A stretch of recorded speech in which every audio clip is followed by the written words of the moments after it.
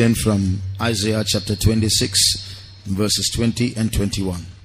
యెషయా గ్రంథము 26వ అధ్యాయము 20-21 వాక్యములను తిరిగి మరొకసారి మనం చదువుకుందాం. నా జనమా, ఇదిగో వారి దోషమును బట్టి భూనివాసులను శిక్షించుటకును యెహోవా తన నివాసములో నుండి వెడలి వచ్చుచున్నాడు. భూమి తన మీద చంపబడిన వారిని ఇకను కప్పకుండా తాను త్రాగిన రక్తమును బయలుపరచును. నీవు వెళ్లి నీ అంతఃపురములలో ప్రవేశించుము. నీవు వెళ్లి నీ తలుపులు వేసుకొనుము. ఉగ్రత తీరిపోవు వరకు కొంచెం సేపు దాగియుండుము. Come, my people, enter thou into thy chambers, and shut thy doors about thee. Hide thyself, as it were, for a little moment, until the indignation be overpast. For behold, the Lord cometh out of his place to punish the inhabitants of the earth for their iniquity. The earth also shall disclose her blood, and shall no more cover her slain. Praise the Lord. ప్రభువుకు స్తోత్రం. We are currently studying the word of God under the title The Last Days. ప్రస్తుతం మనము అంత్య దినములు అన్నటువంటి ఒక శీర్షిక కింద ఈ యొక్క వేద పఠనములను మనం చదువుకొనుచున్నాం. Terrible things are going to happen in the world that have never happened before. ఇంతకు ముందు జరుగునటువంటి భయంకరమైన సంఘటనలు ఈ యొక్క దినములలో లోకములో జరుగుతూ ఉన్నవి. This world is more and more becoming anti-God. ఈ యొక్క లోకమనున్నది అధికముగా అంతకంతకు దేవునికి విరోధముగా మారిపోవచ్చున్నది. This world is becoming more and more anti-truth. ఈ లోకము అంతకంతకు అధికముగా సత్యమునకు విరోధముగా మారిపోవచ్చున్నది. God has been extending his days and extending his hands towards mankind. కానీ దేవుడైతే ఆయన మానవుల నిమిత్తమై దినములను తన యొక్క చేతులను ఆయన పొడిగించుచు చాచుచున్నాడు. But man has continued to ignore God. కానీ మానవుడైతే దేవునిని తిరస్కరించుచు ఎరుగనంచు ఉన్నాడు. So the time of punishment is near. కావున శిక్షా దినము, శిక్షా సమయమన్నది సమీపముగా ఉన్నది. So when we say the last days, we are not saying that the world is going to end soon. ఈ యొక్క అంత్య దినములు అనగా ఈ లోకమన్నది అది నాశనం చేయబడును లేక ముగించబడును అని మేము చెప్పుటలేదు. కానీ we are saying that a great punishment is very near. మేము చెప్పు కార్యము ఒక భయంకరమైన శిక్షా విధి అనున్నది అతి సమీపములో ఉన్నది అని చెప్తున్నాం. At the same time, for those who have been clinging and cleaving to the true God, the day of redemption, our eternal salvation is near for them. అదే సమయములో ఎవరైతే సత్య దేవుని సత్యమును అంతకంతకు అధికముగా హత్తుకొందురో వారి కొరకై విమోచన దినము సిద్ధముగా ఉన్నది. Jesus is going to come again a second time very soon. యేసుక్రీస్తు అతి త్వరలో రెండవసారి ఆయన రాబోచున్నాడు. When he comes again, he is not going to be here like he was here last time. ఆయన వచ్చినప్పుడు ముందు వచ్చిన రీతిగా ఆయన ఈ భూమి మీద ఉండబోవటలేదు. He is going to appear in mid-air for a split second. ఆయన క్షణమాత్రములో క్షణవంతులో ఆయన ఈ యొక్క మధ్యాకాశములో ప్రత్యక్షము కాబోచున్నాడు. And those who have been faithful to him will vanish from this world. ఎవరైతే ఆయనకు నమ్మకస్తులుగా ఉందరో వారు ఈ లోకములో నుండి అదృశ్యము కాబడెదరు. But those who have been living carelessly will remain in this world to face terrible punishment that's soon going to hit this world. కానీ ఎవరైతే ఈ భూమి మీద నిర్లక్ష్యముగా జీవించుచున్నారో ఈ భూమికి సంభవింపబోయే ఆ యొక్క గొప్ప భయంకరమైన కార్యములను వారు ఎదుర్కొనవలసి వచ్చును. We are living in those last days, and most of us who are seated here are going to see these events happening about which we are learning these days. మనము ఈ యొక్క అంత్య దినములలో జీవించుచున్నాం.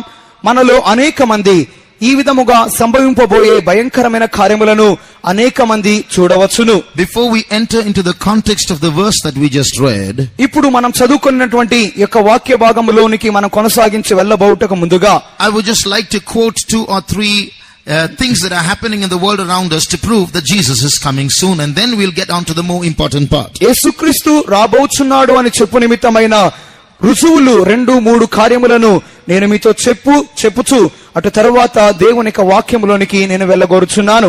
In Daniel chapter 12 and verse 4, దానియేలు గ్రంథము 12వ అధ్యాయము 4వ వాక్యములో మనం చదివినప్పుడు there are 2 prophecies there. అక్కడ 2 ప్రవచన వాక్యములు కనపడుచున్నవి. What is going to happen in the time of the end? అంత్యకాలములలో జరగబోవు కార్యములు ఏమిటి? Read that verse please. ఇక వాక్యం చదువుకుందాం. దానియేలు, నీవు ఈ మాటలను మరుగు చేసి అంత్యకాలము వరకు ఈ గ్రంథమును ముద్రింపుము. చాలా మంది నలుదిశలను సంచరించినందున తెలివి అధికమగును అని నాతో మాట్లాడు గబ్రియేలను అతడు చెప్పెను. But thou, O Daniel, shut up the words and seal the book, even to the time of the end. Many shall run to and fro, and knowledge shall be increased. Two prophecies are here. ఇక్కడ రెండు ప్రవచనములు మనం చదువుచున్నాం. We read of the time of the end in this world. ఇక్కడ ఈ యొక్క వాక్యములో అంత్యకాలము అని చదువుచున్నాం. And in the time of the end, many shall run to and fro. ఈ యొక్క అంత్యకాలములలో చాలా మంది అక్కడ ఇక్కడ సంచరించుదురు. This shows an increase in traveling and an increase in the speed of transport. ఈ యొక్క కార్యమునది రవాణా సాధనముల యొక్క వేగము అధికము చేయబడుటను చూపించుచున్నది. When Julius Caesar lived, Julius Caesar అనే రాజు ఈ భూమి మీద జీవించినప్పుడు it would have taken him 8 days to travel 200 miles. 200 మైళ్ళ దూరాన్ని ప్రయాణించడానికి అతనికి 8 దినాలు పట్టేది. 200 years ago, it would have taken a man as much time to travel the same distance. కానీ అదే దూరాన్ని ప్రయాణించడానికి 200 సంవత్సరాల క్రితం కూడా అదే సమయం పట్టి ఉన్నది. That means in the span of about 1800 years, there has really been no improvement in the speed of transport. దీని యొక్క అర్థం ఏమిటన్నట్లయితే 1800 సంవత్సరాల యొక్క కాల గమనములో రవాణా సాధనములలోని వేగం అనేది ఏ మాత్రమును అభివృద్ధి చెందలేదు. But now, within a few decades, we have spacecraft that can travel around the world in 18 minutes. ఈ యొక్క కొద్ది కాలము యొక్క కొద్ది దశాబ్దాల మధ్య కాలంలోనే మనము కొన్ని రకాలైన అంతరిక్ష వాహనాలు కనిపెట్టి ఉన్నాం. వాటి యొక్క వేగం ఎంతగా ఉన్నట్లయితే ఈ యొక్క సర్వ భూమిని కేవలం కొద్ది సెకండ్లలోనే అది చుట్టి తిరిగి వచ్చును. We can see before our eyes how many are really traveling to and fro. మనము ఈ రీతిగా నలుదిశలుగా ఎంత వేగముగా జనాలు సంచరించుచున్నారు మన కన్నులారా మనం చూచుచునే ఉన్నాం. Second thing that you read here is knowledge will increase. రెండవ కార్యము ఇక్కడ తెలివి అధికమగును అని చదువుచున్నాం. If you read, if you consider the amount of printed new material in one day, ఒక్క దినములో నూతన సమాచారం కలిగినటువంటి వ్రాత ప్రతులు ముద్రింపబడినటువంటి సమాచారాన్ని తెలుసుకున్నప్పుడు it will take 5 years to finish it. ఆ యొక్క పూర్తి సమాచారం to finish reading it. ఆ యొక్క పూర్తి సమాచారాన్నంతా చదివి తెలుసుకోవాలి అన్నట్లయితే దాదాపు 5 సంవత్సరాల కాలం పడుతుంది. To read not the amount of all printed material, to read all the newly printed, that means printed new material, that means new inventions, new discoveries, new releases. To read all that in what is printed in one day will take 5 years for a person to read it. సమీప కాలములో నూతనమైన ఆవిష్కరణలు, కొత్తగా కనుగొనబడిన సాంకేతిక కార్యాలు, వీటిని గురించిన పూర్తి సమాచారము, ఈ యొక్క కొత్తగా కనిపెట్టినటువంటి యొక్క సమాచారం అంతటిని కేవలం కొత్త సమాచారాన్ని కేవలము చదువు నిమిత్తమై 5 సంవత్సరాల సమయం పూర్తిగా పడుతుంది. Now you consider all the scientists who have ever lived in this world. ఈ యొక్క భూమి మీద ఈ యొక్క జీవించినటువంటి శాస్త్రజ్ఞుల యొక్క సమాచారం అంతా తీసుకున్నట్లయితే from the time invention started taking place and scientists came into existence, ఆవిష్కరణలు లేక కనుగొనుట అనేది ప్రారంభమై శాస్త్రజ్ఞులు అనేవారు ఈ భూమి మీద ఉద్భవించిన సమయం మొదలుకొని, include all the scientists who have been dead and gone, ఆ యొక్క శాస్త్రజ్ఞులు ఎవరైతే గతించిపోయి చనిపోయి ఉన్నారో వారి విషయములో కూడా, till the scientists who are alive today, ఈ దినము ఈ క్షణం వరకు జీవముతో ఉన్నటువంటి శాస్త్రజ్ఞులతో కూడా 80% of all the scientists who ever lived are alive today. 80% మంది శాస్త్రజ్ఞులైన వారు ఈనాటికి జీవించుచునే ఉన్నారు. That is, take all the scientists who ever lived, dead and alive. 80% of all the scientists in the world who ever lived are alive today. చనిపోయిన వారిని, ప్రాణంతో ఉన్న వారిని మొత్తముగా తీసుకున్నట్లయితే వీరందరిలో 80% మంది శాస్త్రజ్ఞులు అనేవారు ప్రస్తుత ఈ కాలములో మన కళ్ళ ముందు వారు జీవించుచునే ఉన్నారు. This only proves how much of research is going on in the world today. ఈ కార్యం అనేది ఈ దినాలలో ఎంతగా గొప్ప పరిశోధనలు కొనసాగింపబడుచున్నవో మీరు తెలుసుకొనవచ్చును. And with the advent of the internet, knowledge has indeed increased. Internet యొక్క ఆవిష్కరణ కనుగొనబడుట మూలముగా తెలివి ఇంకను అధికమైపోయినది. There's one more prophecy that Jesus said would take place before he came. ఆయన రాబోవుటకు ముందుగా యేసుక్రీస్తు తానే ఒక ప్రవచన వాక్యం నెరవేరును అని చెప్పి ఉన్నాడు. Turn to Matthew chapter 24 మత్తయి సువార్త 24వ అధ్యాయము and read verse 5. 5వ వాక్యము. అనేకులు నా పేరిట వచ్చి నేనే క్రీస్తునని చెప్పి పలువురిని మోసపరిచెదరు. For many shall come in my name, saying, I am Christ, and shall deceive many. So Jesus said, I am going and I will come again. యేసు చెప్పినాడు, నేను వెళ్తున్నాను, తిరిగి వస్తాను. But Jesus said, before I really come again, many others will come before I come and say, I am that Christ. యేసు చెప్పినాడు, నేను తిరిగి వస్తాను, నేను తిరిగి వచ్చుటకు ముందుగా చాలా మంది నేనే క్రీస్తును అని చెప్పుకొని తిరుగుతూ ఉంటారు. Today there are at least 15 people alive who claim they are Christ. ఈ ప్రస్తుత దినాలలో దాదాపు 15 మంది జనులున్నారు. 15 మంది మనుషులు తమను తాము క్రీస్తు అని ప్రకటించుకొని ఉన్నారు. So in different parts of the world there are at least 15 people who claim to say they are Christ. ఈ యొక్క ప్రపంచంలో కొన్ని స్థలాలలో ఈ యొక్క 15 మంది జనాలు ఉన్నారు. వారు తమ్మును తాము క్రీస్తు అని ప్రకటించుకొని ఉన్నారు. One particular example to note. ఈ యొక్క కార్యాన్ని గురించిన ఒక మంచి ఉదాహరణ. In America, in Florida, there is a man who is having his church. అమెరికాలోని ఫ్లోరిడా అనే ప్రాంతంలో ఒక వ్యక్తికి తన స్వంత చర్చి ఉన్నది. His name is Jose Louis. అతని పేరు హోసే Louis. That's the man you see on the chart. ఈ యొక్క చార్టులో మీరు ఆ యొక్క వ్యక్తిని గమనించవచ్చును. The man in the front, of the two people, the man in the front, he is Jose Louis. ఆ యొక్క పటములో ఇద్దరు వ్యక్తుల మధ్యలో ముందున్న వ్యక్తి పేరే హోసే లూయి అనే ఆ యొక్క వ్యక్తి పేరు. He says, I am the Christ. అతడు ప్రకటించుకున్న కార్యము నేనే క్రీస్తును. He has a Rolls Royce car.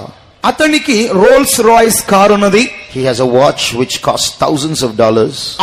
అతడు ధరించే వాచ్ కూడా కొన్ని వేల కొలది రూపాయల వేల డాలర్లకు విలువ చేసేది. He has 2 wives. అతనికి 2 భార్యలు ఉన్నారు.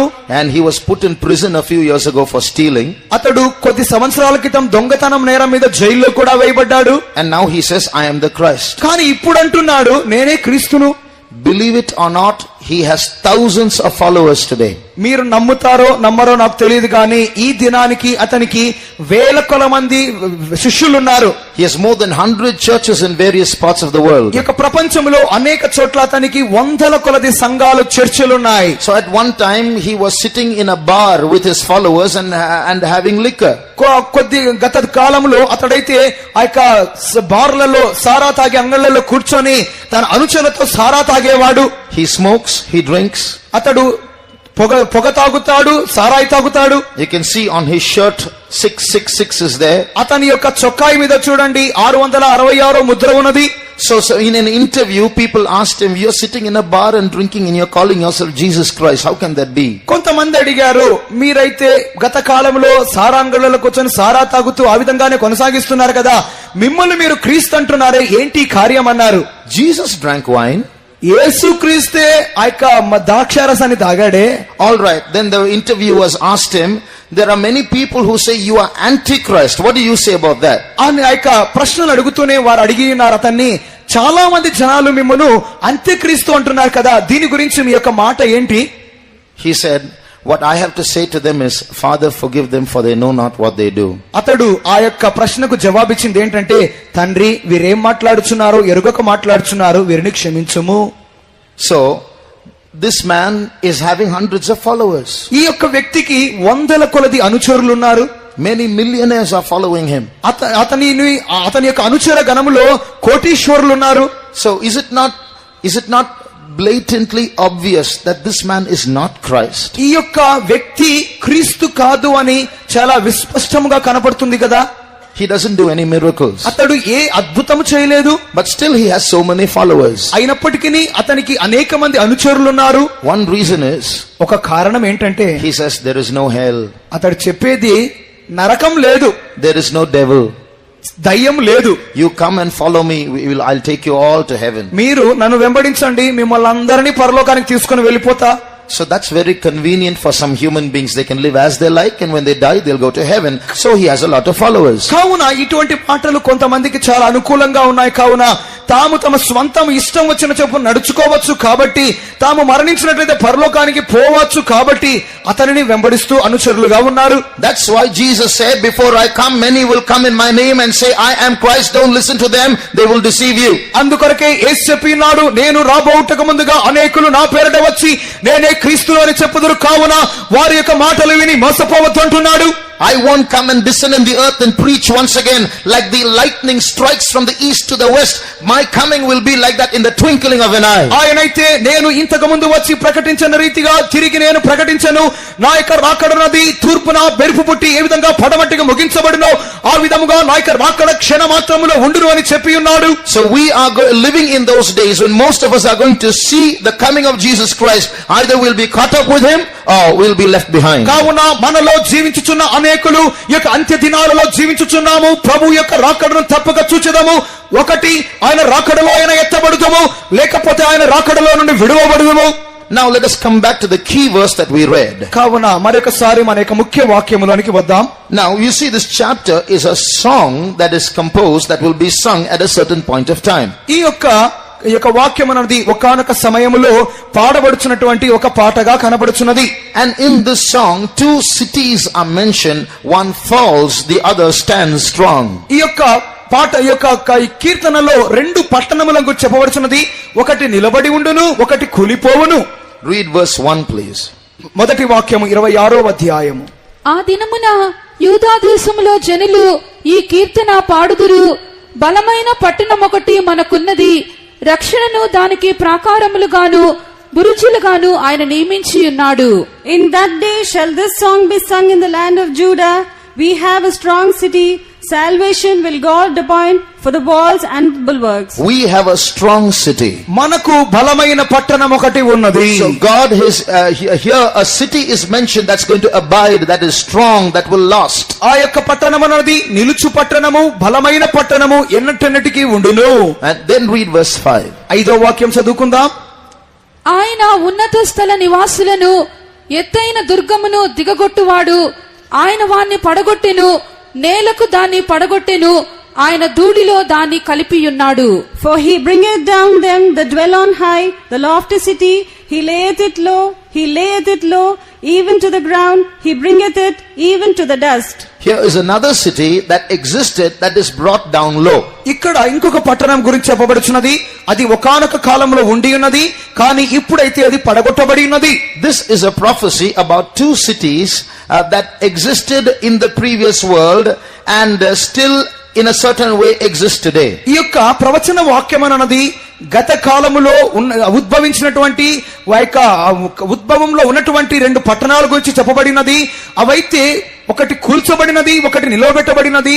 అవి ఒకానొక రీతిలో ఈ దినాలలో కూడా అది కాలంలో గమనంలో ఉన్నవి. The strong city that is going to abide and is going to last is the city of Jerusalem in Israel. ఈ యొక్క నిలిచి ఉన్నటువంటి బలమైన పట్టణం అన్నది ఇశ్రాయేలు దేశములో ఉన్నటువంటి యెరూషలేం పట్టణమై ఉన్నది. The city that is going to be brought down to the dust, to the ground, is the city of Babylon. కాలి ధూళికి సమముగా మార్చబడబోయేటటువంటి ఇంకొక పట్టణము, పడగొట్టబోయేటటువంటి పట్టణం అన్నది బబులోను పట్టణమై ఉన్నది. Many of Isaiah's prophecy of the near future was about Babylon. ఈ యొక్క యెషయా ప్రవక్త ప్రవచించినటువంటి యొక్క ప్రవచన వాక్యములు ఆ యొక్క బబులోను గురించి మాత్రమే చెప్పబడినవి. So in the last days, కావున చివరి దినాలలో if you look into the map of the world, ఆ యొక్క ప్రపంచ పటాన్ని మీరు అక్కడ పటంలో చూచినప్పుడు, in the last days many events are going to take place in this area. ఈ యొక్క ప్రపంచ పటములో చూపించబడిన ఈ ప్రాంతములో అంత్య దినాలలో ఎన్నో కార్యాలు సంభవించును. This is the region of the Gulf countries. ఇక్కడ చూపించబడుచున్నటువంటి ఈ యొక్క ప్రాంతము గల్ఫ్ ప్రాంతమై ఉన్నది. And this small patch here, that's the country of Israel. ఇక్కడ ఒక చిన్న అతుకు ప్రాంతముగా కనపడుచున్నది, అది ఇజ్రాయెల్ ప్రాంతము. So in the last days, before Jesus comes and after Jesus comes, many terrible things are going to happen in this place. ఈ యొక్క ప్రాంతములోనే యేసు రాబోవుటకు ముందుగాను యేసు వచ్చిన తరువాతను భయంకరమైన కార్యములు సంభవించును. So Jerusalem is in this area. ఈ ప్రాంతములోనే యెరూషలేము ఉన్నది. And Babylon is in Iraq, in this area. ఈ యొక్క బబులోను అన్నది ఇరాక్ దేశములో సమీపములోనే ఉన్నది. So in the last days, these two cities are going to be in conflict. కావున ఈ యొక్క రెండు పట్టణములనున్నవి చివరి దినాలలో ఒకదానికి విరోధముగా లేచును. And eventually this Isaiah prophesies that one will be brought down to the dust, the other one will stand strong. కావున యెషయా ప్రవక్త ప్రవచించిన రీతిగా ఒక పట్టణమైతే నిలబెట్టబడును, మరి ఒక పట్టణము కూల్చబడును. Throughout biblical history, you will see that these two land areas have always been in constant conflict. ఈ యొక్క పరిశుద్ధ గ్రంథము యొక్క చరిత్ర అంతటిని పరిశీలించినట్లయితే ఈ యొక్క రెండు పట్టణములు ఇక చరిత్ర అంతటిలోనూ ఒకదానికి విరోధముగా ఒకటి క్రియ చేయుచునే ఉండి ఉన్నవి. If you turn to Genesis chapter 14, you will see the first war in the Bible. ఈ యొక్క ఆదికాండము 14వ అధ్యాయములో మనం చదివినప్పుడు బైబిల్ గ్రంథములోని మొట్టమొదటి యుద్ధాన్ని గురించి మనం చదవగలము. In that war, 4 kings fight against 5 kings. ఈ యొక్క యుద్ధములో నలుగురు రాజులు ఐదుగురు రాజులకు విరోధముగా పోరాడుచున్నారు. Read the first verse. మొదటి వాక్యం. షీనారు రాజు అయిన అమ్రాపేలు. Enough. చాలు. And it came to pass in the day of Amraphel, the king of Shinar, The king of Shinar. Shinar Raju. If you turn to Genesis chapter 11, ఆదికాండము 11వ అధ్యాయంలో it was in this land of Shinar that the Tower of Babel was built. ఈ యొక్క షీనారు ప్రాంతములోనే బాబేలు గోపురం అనేది నిర్మింపబడుటకు ప్రారంభించబడినది.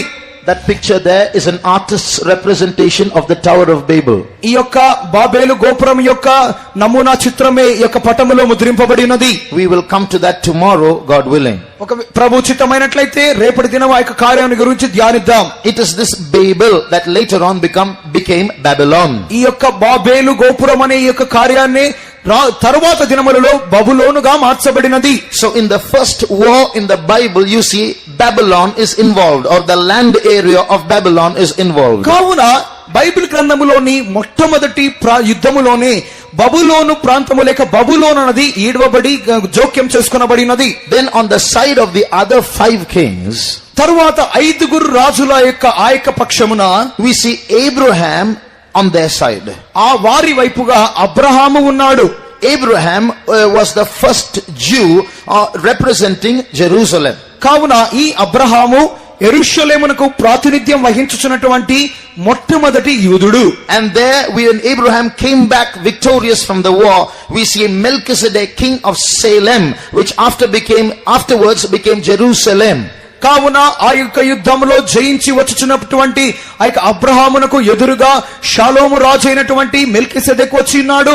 దానికి అనుగుణముగానే ఆ ప్రాంతము యెరూషలేము అని పిలువబడి ఉన్నది. So here in the first battle that took place in the Bible, you see Babylon or Shinar on one side and Salem or Jerusalem and Abraham on the other side. కావున బైబిల్ గ్రంథములో సంభవించినటువంటి మొట్టమొదటి యుద్ధములోని షీనారు లేక బబులోను అన్నది ఒక పక్షముగాను, లేకపోతే అబ్రహాము లేక యెరూషలేము అన్నటువంటి ఈ ప్రాంతము మరొక పక్షముగాను ఉండి ఉన్నది. Although in the Bible the word Babel means confusion, ఈ యొక్క బైబిల్ గ్రంథములో బాబేలు అనగానే ఒక కలవరము అని చెప్పబడుచున్నది. the word Babylon means the gate of the gods. ఈ యొక్క The gate of the gods. Babylon. బబులోను అనగా దేవతల యొక్క ద్వారము. That's the meaning. You can check it in Wikipedia. The meaning of the word Babylon is the gate of the gods. ఆ యొక్క బబులోను అను ఆ యొక్క పదానికి అర్థమే దేవతల యొక్క ద్వారము అని చెప్పబడుచున్నది.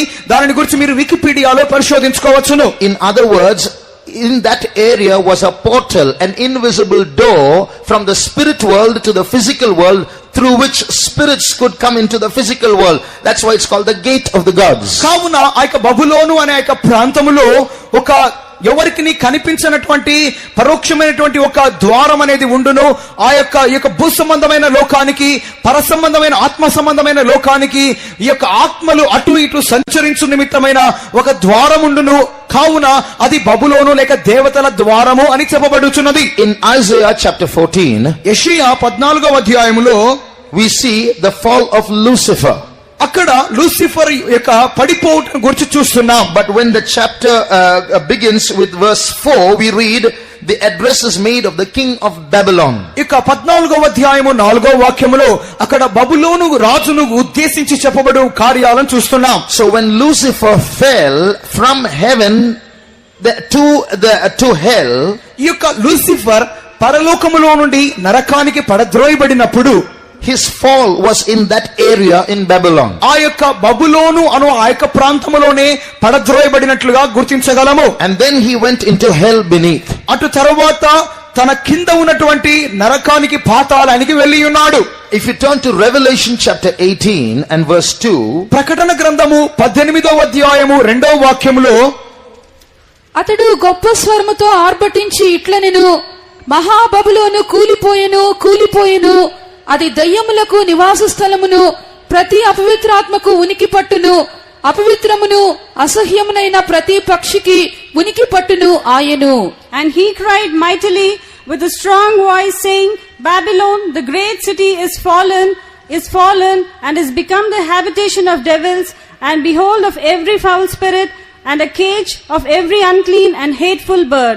so here we see that in the last days Babylon becomes a habitation of devils, the hold of every foul spirit, a cage of every unclean and hateful bird. కావున ఈ యొక్క వాక్యములో చివరి దినములలో మహాబబులోను అన్నది దయ్యములకును ప్రతి అపవిత్రాత్మకును అపవిత్రమును అసహ్యమైన ప్రతి పక్షికిని అది నివాస స్థలముగాను ఉనికి పట్టుగాను మార్చబడును. So what is the picture that you get? కావున ఈ కార్యముల మూలముగా మీ యొక్క మదిలో మెలిగేటటువంటి ఒక దృశ్యం ఏంటి? There seems to be some kind of a spiritual entrance in the atmosphere above Babylon, a portal, a door, a gateway. Remember, Babylon is called the gate of the gods, through which spirits are dropping in onto the earth, so that in the last days you will see a lot of demonic activity in the area in and around Babylon. కావున బబులోను అనగానే దేవతల యొక్క ద్వారము అన్న కార్యాన్ని మీరు మరొకసారి గుర్తు చేసుకోండి.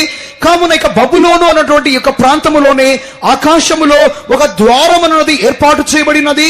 ఈ యొక్క ద్వారము మూలముగా ప్రతి దయ్యములు ప్రతి అపవిత్రాత్మలు భూమికిని పరలోకమునకును ఆకాశమునకును అవి అటు ఇటు సంచరించుచు మానవుల మధ్యలో ఒక కలవరమును తారుమారును కలిగించును. So while you see a lot of demonic activity in Babylon, on the other hand, Jerusalem has been the place where God has visited his people through the temple built there.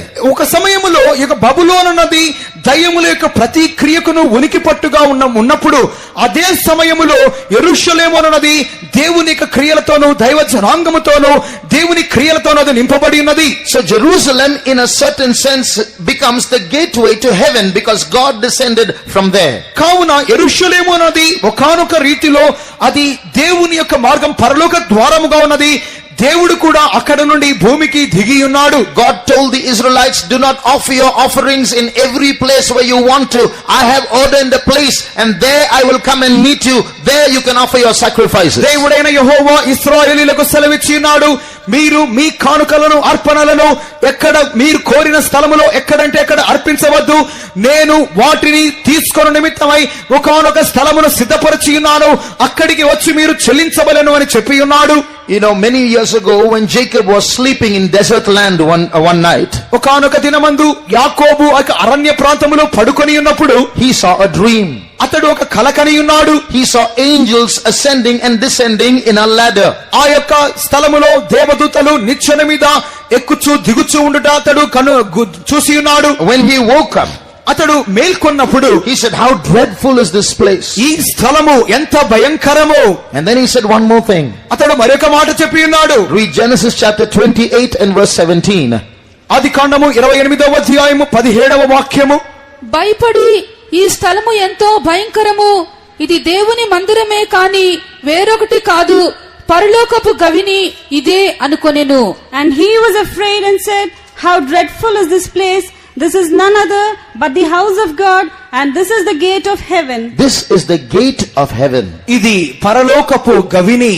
So this place was later called Bethel. కావున ఈ ప్రాంతము ఈ స్థలం అంటే తరువాతగా బెతేలు అని పిలువబడినది. Some rabbis, Jewish rabbis, today's Jewish rabbis say this Bethel that Jacob named is not the Bethel that exists in the map of Israel today. It's another Bethel. కావున ఈ యొక్క యూదు రబ్బులు ఈ యొక్క ఇశ్రాయేలు రబ్బులు బోధకులు చెప్పే కార్యం ఏంటి అన్నట్లయితే ఈ యొక్క బేతేలు అనున్నది ఇశ్రాయేలు దేశ పటములో చూపించేటటువంటి ఆ బేతేలు కాదు అని వారు చెప్పుచున్నారు. Rather, Jacob was sleeping in a place very near where the temple was built many years later. ఈ యొక్క యాకోబు పడుకున్నటువంటి ఈ స్థలం అన్నది చాలా సంవత్సరాల తరువాత కట్టినటువంటి ఆ యొక్క దేవాలయం ఎక్కడైతే కట్టబడి ఉన్నదో ఆ స్థలానికి చాలా సమీపములోనే ఇతడు పడుకొని ఉన్నాడు. So in his dream he saw that ladder a little yonder, and there the angels were ascending and descending, and that's what he called the gate of heaven. కావున ఆ సమీపముగా ఉన్నటువంటి ఆ స్థలములో ఇతడు పడుకున్నప్పుడు కలలో అతడు నిచ్చెన వేయబడి దేవదూతలు పైకి కిందికి ఎక్కుచూ దిగుచూ ఆ యొక్క నిచ్చెనను చూచి ఉన్నాడు. So Jerusalem is a place of spiritual activity. కావున యెరూషలేము అన్నది ఆత్మీయ క్రియలకు ఉనికి పట్టయున్నది. So the war that has been taking place between Jerusalem and Babylon throughout time, కావున ఈ యొక్క యెరూషలేమునకును బబులోనుకును విరోధముగా కాలానుకాలములుగా సంభవించుచున్న ఈ యుద్ధాలలో we see that war taking place in the Kings, in the Chronicles, in the book of the major and even the minor prophets. ఈ యొక్క యుద్ధాలనున్నవి ఆ యొక్క ప్రారంభ అధ్యాయాలలోను రాజుల గ్రంథాలలోను దినవృత్తాల గ్రంథాల్లోను చిన్న ప్రవక్తల సమయాలలోను ఈ యుద్ధాలు సంభవించుతూనే వచ్చి ఉన్నవి. A major part of the Old Testament is about the conflict between Jerusalem and Babylon. పాత నిబంధన గ్రంథములోని ప్రాముఖ్యమైన అధ్యాయాలన్నీ బబులోనుకును యెరూషలేమునకును మధ్య సంభవించినటువంటి విరోధ కార్యాల గురించి చెప్పబడుచున్నది. Now this is not simply a war between two cities in the world, it is ultimately a war between good and evil itself. ఈ యొక్క యుద్ధమున్నది ఏదో కేవలము రెండు పట్టణాల మధ్యలో సంభవించినటువంటి జరుగుతూ ఉన్నటువంటి యుద్ధాలు మాత్రమే కాదు గాని మంచికిని చెడుకును మధ్య జరుగుచున్న యుద్ధముగా ఉన్నది. Very soon a third world war is going to break out. అతి త్వరలో మూడవ ప్రపంచ యుద్ధము సంభవించబోటకు సిద్ధముగా ఉన్నది. And when the third world war breaks out, the biggest part of that war will be in this area again. కావున ఈ మూడవ ప్రపంచ యుద్ధం ఒకవేళ సంభవించినట్లయితే ఆ యొక్క యుద్ధం అనేది చూపబడుచున్నటువంటి ఈ ప్రాంతములో మాత్రమే సంభవించును. Because the Antichrist will also rise from that area. ఎందుకనగా ఆ ప్రాంతములో నుండి అంత్యక్రీస్తు కూడా ఉద్భవించును. Now if you look at the ancient empires, పురాతన కాలములోని సామ్రాజ్యాలను మనం చూచినప్పుడు in the statue ఈ యొక్క ప్రతిమలో you see about 606 BC the Babylonian empire came into power. 606 క్రీస్తు పూర్వం 606వ సంవత్సరంలో బబులోను సామ్రాజ్యం వచ్చినది. After that the Medo-Persian empire came into power. అటు తరువాత మాధ్య పారసీక రాజ్యం అనేది వచ్చినది. After that the Greek empire came into power. అటు తరువాత గ్రీకు సామ్రాజ్యం వచ్చినది. Then the Roman empire came into power. తరువాత రోమా సామ్రాజ్యం అధికారంలోకి వచ్చినది. This is a dream statue, a statue that Nebuchadnezzar, a king, saw in his dream. ఈ యొక్క ప్రతిమ అన్నది ఆ యొక్క నెబుకద్నెజరు రాజు తన కలలో చూసినటువంటి ప్రతిమ అయి ఉన్నది. We will see more of this tomorrow. ఈ యొక్క కార్యాన్ని గురించి రేపటి దినమందు ఇంకా అధికముగా చూద్దాం. But Daniel the prophet saw a similar dream in another manner. అదే సమయములో ప్రవక్త అయిన దానియేలు కూడా ఈ ప్రతిమకు పోల్చబడుచున్నటువంటి ఇంకొక దర్శనాన్ని చూచి ఉన్నాడు. He saw these kingdoms coming one after another, not as metals in a statue, but as animals rising up. ప్రతిమలో ఉన్నటువంటి ఆ యొక్క లోహాల వలె ఈ యొక్క రాజ్యాలు సామ్రాజ్యాలు ఒకదాని తర్వాత ఒకటి రావటం అతడు చూడలేదు, కానీ అవి జంతువుల రూపంలో వచ్చడం చూచి ఉన్నాడు. If you turn to Daniel chapter 7, దానియేలు 7వ అధ్యాయంలో మనం చూచినప్పుడు he saw in his visions 4 beasts. అతడు తన యొక్క దర్శనంలో 4 మృగాలను చూచి ఉన్నాడు. Read verse 17. 7వ అధ్యాయం 17వ వాక్యం. ఎట్లనగా ఈ మహా జంతువులు 4 యుండి లోకమందు ప్రభుత్వము చేయబోవు 4 రాజులను సూచించుచున్నవి. These great beasts, which are 4 kings, which also arise out of the earth. So here we see 4 animals which are called 4 kings or 4 kingdoms which rise up out of the earth. ఈ 4 మహా జంతువులున్నవి ఈ లోకములో ఉద్భవించినటువంటి 4 మహా రాజులు లేక సామ్రాజ్యాలను చూపుచున్నవి. Now this was after Daniel's time, but it's before our time. It's already happened. ఇది దానియేలు కాలములో, కానీ మన కాలానికి ముందు ఇది ముందుగానే గతించబడినది. Now we'll see the beasts one by one. ఈ యొక్క మృగాలను జంతువులను ఒకదాని తర్వాత ఒకటి చూద్దాం. The first beast is in verse 4. మొదటి మృగము 4వ వాక్యములో ఉన్నది. Read that please. మొదటిది సింహమును పోలినది గాని Enough. So, right, read. The first was like a lion and had eagle's wings. So the first was like a lion. మొదటిది సింహము వంటిది.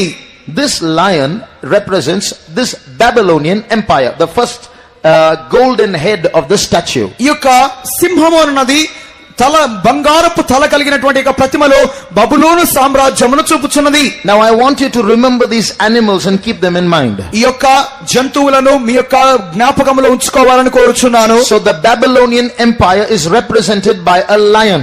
ఈ బబులోను సామ్రాజ్యము సింహమునకు పోల్చబడుచున్నది. And then the second beast is mentioned in verse 5. రెండవ జంతువు 5వ వాక్యములో చెప్పబడుచున్నది. రెండవ జంతువు ఎలుగుబంటిని పోలినది. And behold, another beast, a second, like to be a bear. So here we see a second beast like a bear. ఈ రెండవ జంతువు ఎలుగుబంటిని పోలినది. This bear represents the second kingdom, the Medo-Persian empire that comes after the Babylonian empire. ఈ యొక్క ఎలుగుబంటి అన్నది యొక్క జంతువు అన్నది బబులోను సామ్రాజ్యం తరువాత వచ్చినటువంటి మాదీయ పారసీక రాజ్యాన్ని చూపుచున్నది. And then comes the third beast in verse 6. 6వ వాక్యములో 3వ జంతువును గురించి చూడగలం. అటు పిమ్మట చిరుతపులిని పోలిన మరి ఒక జంతువును చూచితిని. After this I beheld, and lo, another like a leopard. So here you see a third beast, that's a leopard. ఇక్కడ 3వ జంతువు చిరుతపులి.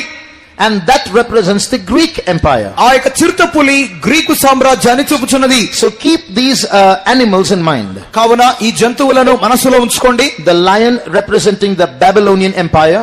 సింహము బబులోను సామ్రాజ్యం చూపుచున్నది. The bear representing the Medo-Persian empire. ఎలుగుబంటి అన్నది మాదీయ పారసీక రాజ్యాన్ని చూపుచున్నది. And thirdly, the leopard representing the Greek empire. మూడవదిగా ఆ యొక్క చిరుతపులి అన్నది గ్రీకు సామ్రాజ్యాన్ని చూపుచున్నది.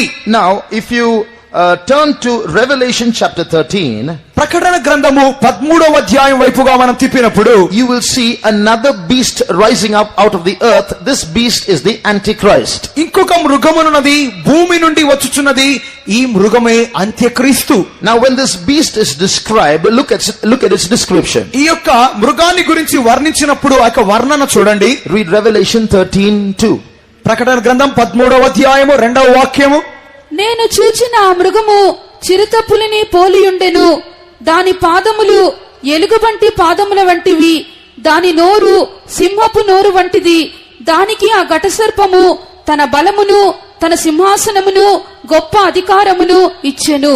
And the beast which I saw was like unto a leopard, and his feet were as the feet of a bear, and his mouth as the mouth of a lion. And the dragon gave him power and his seat and great authority. So here we see the Antichrist, who is called a beast, described. ఇక్కడ మృగము అని చెప్పబడుచున్నటువంటి అంత్యక్రీస్తు గురించి వర్ణించబడినది. In that one beast is the combination of a lion, a bear, and a leopard, which are precisely the three animals that we just saw a little while ago in Daniel. ఇక్కడ చెప్పబడినటువంటి ఈ మృగములో ఇంతకు కొద్ది ముందుగా మనం చదివినటువంటి ఆ యొక్క సింహము, ఎలుగుబంటి, చిరుతపులి, ఆ యొక్క 3 అంశాలు ఈ ఒకే మృగములో చెప్పబడి ఉన్నవి. What does that mean? The Antichrist rises up and he's like a lion, a bear, and a leopard. దీని యొక్క అర్థం ఏంటి? అంత్యక్రీస్తు వస్తాడు, బానే ఉంది. సింహము గాను, ఎలుగుబంటి గాను, చిరుతపులి గాను ఉంటాడా? Now if you look at the nation of Babylon, ఇక్కడ బబులోను సామ్రాజ్యాన్ని చూడండి. that is this area. ఆ యొక్క చూపబడుచున్న ఆ యొక్క ప్రాంతము, That's Iraq. అది Iraq. Persia is Iran. Persia అనున్నది ఇరాన్ దేశము. Even today Iranians are called Persians. ఈ దినాలలో కూడా ఇరాన్ దేశస్థులను పర్షియన్లు అంటారు. And Greece is in this area. Greek దేశము ఈ ప్రాంతములో ఉన్నది.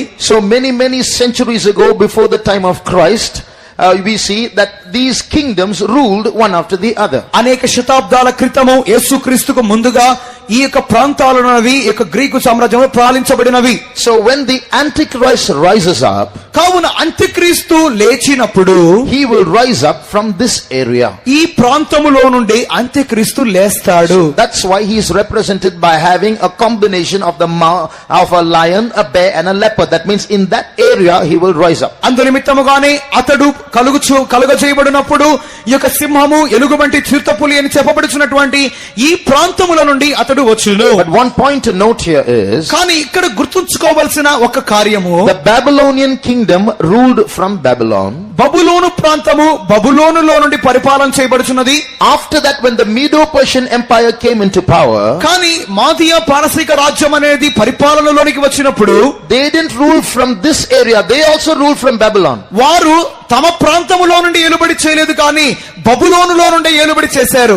After that, when Alexander the Great came into power and his Greek empire came into existence, తర్వాత Greek వీరుడైనటువంటి Alexander పరిపాలనలోకి వచ్చి Greek సామ్రాజ్యము ఏర్పాటు చేయబడినప్పుడు he didn't rule from Greece. He also ruled from Babylon. అతడు Greece దేశం నుండి పరిపాలన చేయలేదు, అతడు కూడా బబులోనులో నుండి పరిపాలన చేశాడు. So 3 of the ancient world empires all ruled from Babylon. కావున పురాతన కాలములోని 3 ప్రాచీన గొప్ప సామ్రాజ్యములు బబులోనులో నుండి తమ పరిపాలనను కొనసాగించి ఉన్నవి. That is why this place, this area becomes so important in the last days. కావున ఈ ప్రాంతమున్నది ఈ అంత్య దినాలలో అత్యంత ప్రాముఖ్యాన్ని సంతరించుకొనును. So when the Antichrist rises to power, this place is going to become very important for the rule of the Antichrist. కావున అంత్యక్రీస్తు అనేవాడు పరిపాలనలోనికి వచ్చినప్పుడు ఈ యొక్క ప్రాంతమున్నది పరిపాలనకు అత్యంత యోగ్యమైన అనుకూలమైన గొప్ప ప్రాంతముగా మార్చబడును. It is likely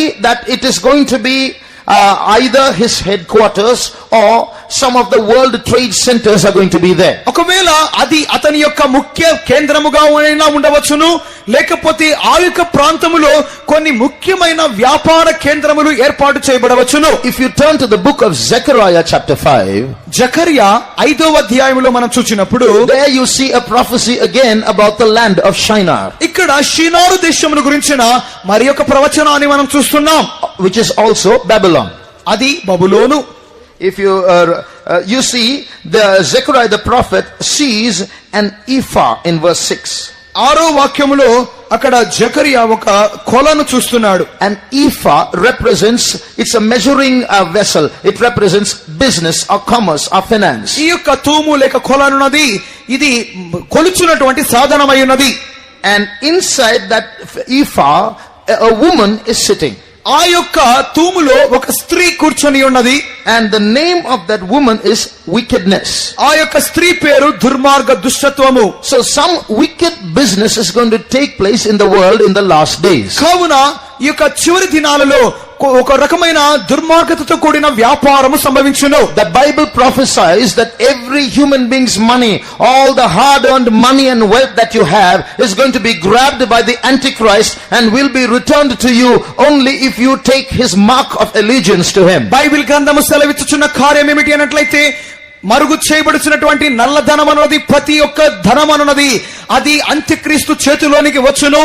ఎప్పుడైతే మీరు అంత్యక్రీస్తును అంగీకరించి ఆరాధించుదురో అప్పుడు మాత్రమే మీ ధనము మీకు తిరిగి ఇవ్వబడును. So unless you bow before the Antichrist and take the mark of the beast and acknowledge that the Antichrist is God, you can't have your own money back. It will be plucked away from you. అంత్యక్రీస్తును దేవుడిగా అంగీకరించి మృగము యొక్క ముద్రను ధరించుకొని అంత్యక్రీస్తును మీరు ఆరాధించినప్పుడు మాత్రమే మీ ధనము మీకు ఇవ్వబడును.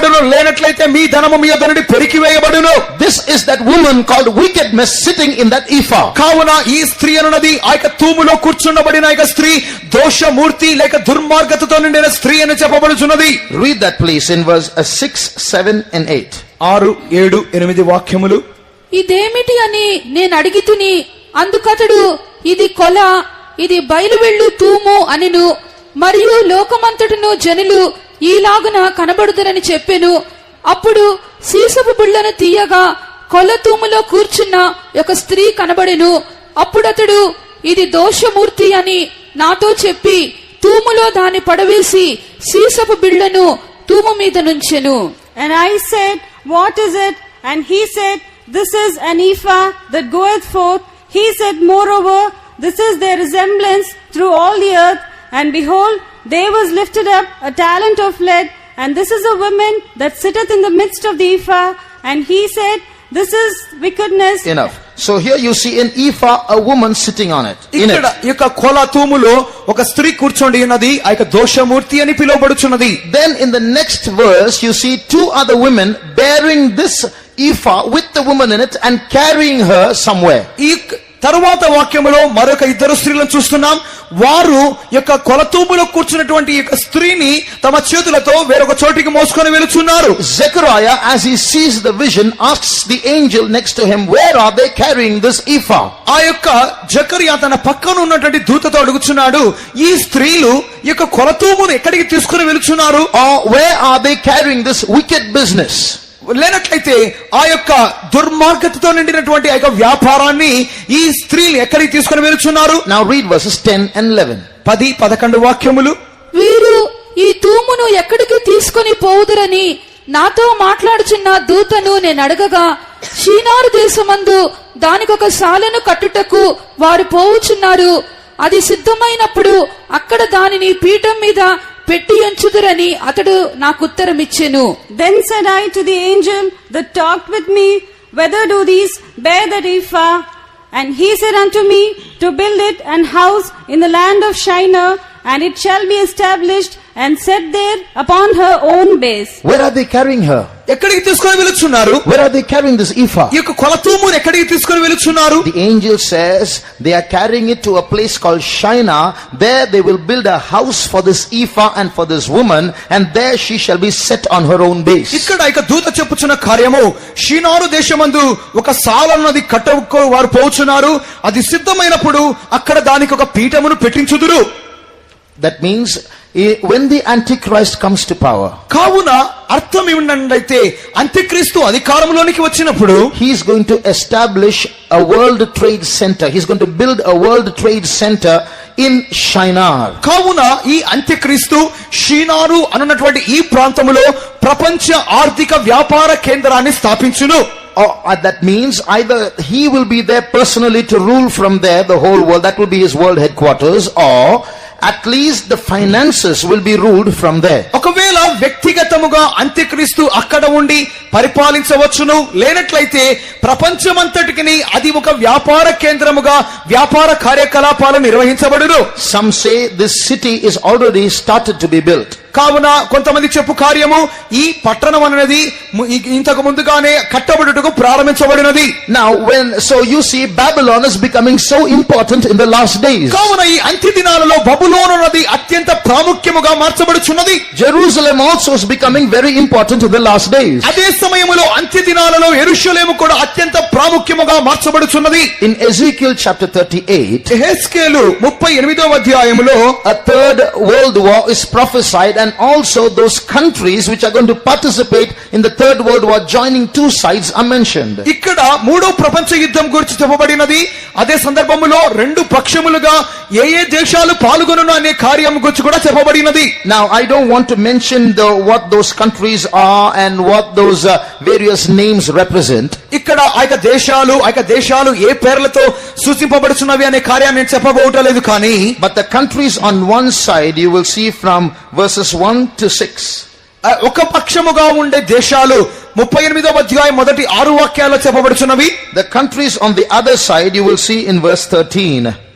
వేరొక పక్షముగా ఉండబోయే ఆ దేశాలున్నవి 13వ వాక్యములో చెప్పబడుచున్నవి. Today these countries come in various other names, in modern names, but these are ancient names of the same land areas. ఈ దేశాలున్నవి ప్రస్తుత ప్రపంచములో వేరొక పేరుతో పిలువబడుచున్నవి, కానీ అదే దేశాలు పూర్వకాలములో వీ యొక్క చెప్పబడుచున్న ఈ పేర్లతో పిలువబడి ఉన్నవి. Now there is something noteworthy here. ఇక్కడ చాలా చెప్పుకోదగ్గ ఒక అంశం ఏంటంటే the word Gog is mentioned in verse 2 and verse 3. రెండవ వాక్యము మూడవ వాక్యములో గోగు అనే ఒక మాట చెప్పబడి ఉన్నది. This Gog, like you have Pharaoh, like you have Caesar, and like you have Herod, that is a title for a series of kings.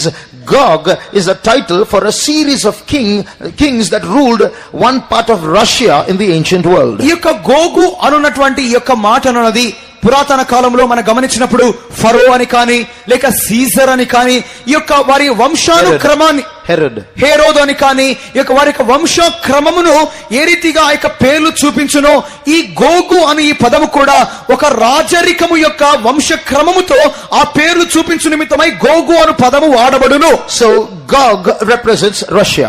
గోగు అని ఈ యొక్క మాట రష్యా ప్రాంతాన్ని చూపించుచున్నది. In verse 5, you see Persia on the same side as Russia.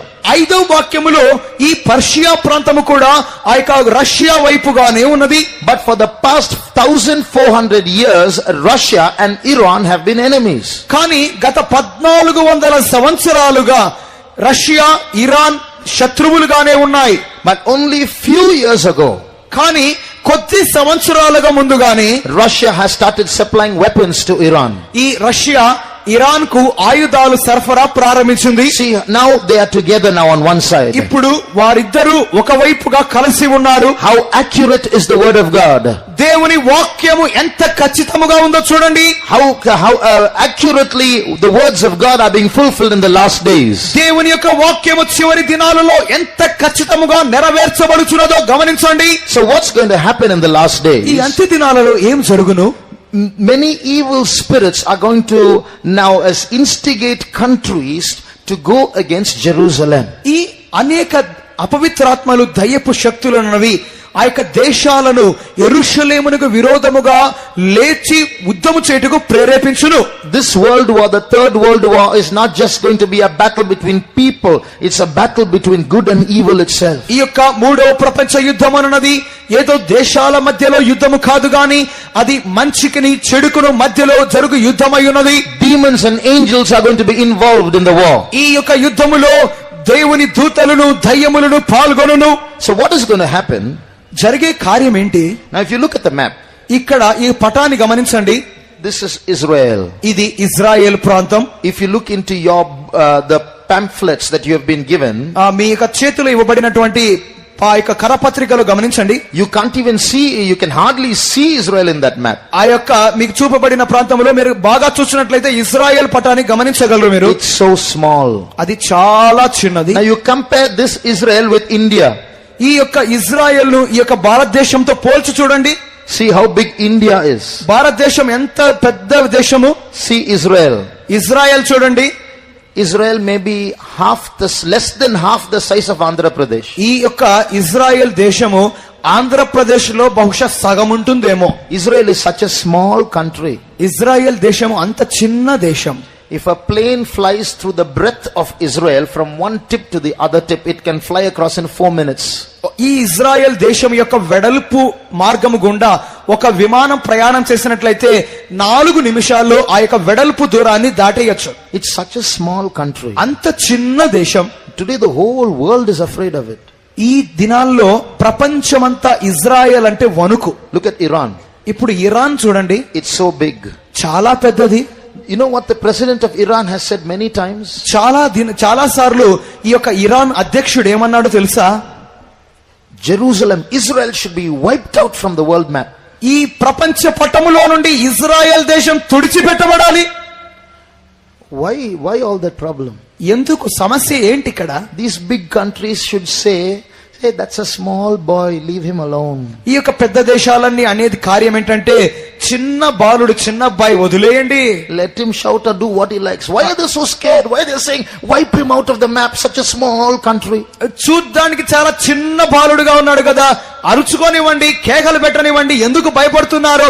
ఏంటో ప్రపంచ పటం నుండి తుడిచేద్దామని పెద్ద పెద్ద మాటలు అంటున్నారు. Why are they afraid? Why is the whole world afraid of such a small country? ఎందుకు అంత చిన్న దేశమును గురించి సర్వ ప్రపంచమే భయపడుతున్నది? All the countries around Israel are its enemies. Israel దేశానికి చుట్టూ ఉన్న ప్రతి దేశము ఇజ్రాయెల్ కు శత్రువే.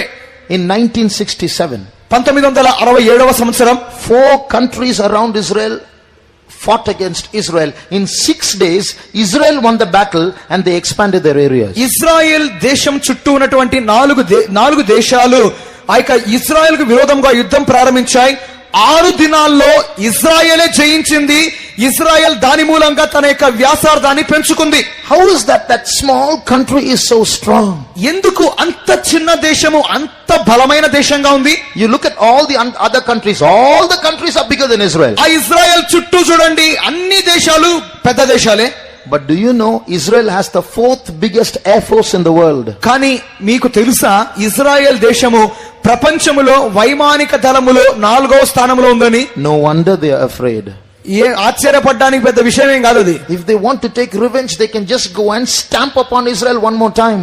కావాలంటే ఈ యొక్క దేశాలన్నీ మరొకసారి ఇజ్రాయెల్ దేశం మీద దాడి చేయొచ్చు. But instead of that, దానికి బదులుగా the neighboring countries are accumulating missiles and atomic weapons one after the other.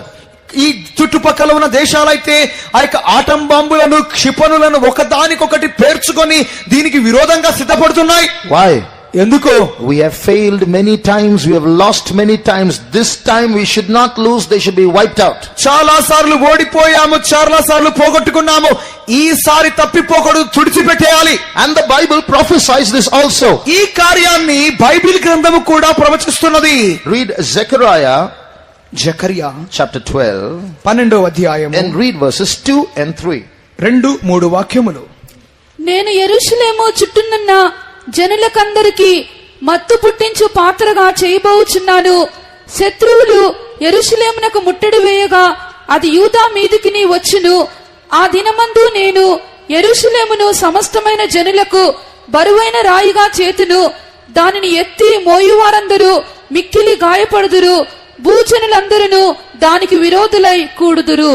Behold, I will make Jerusalem a cup of trembling unto all the people round about, when they shall be in the siege, both against Judah and against Jerusalem. And in that day will I make Jerusalem a burdensome stone for all the people. All that burden themselves with it shall be cut in pieces, though all the people of the earth be gathered together against it.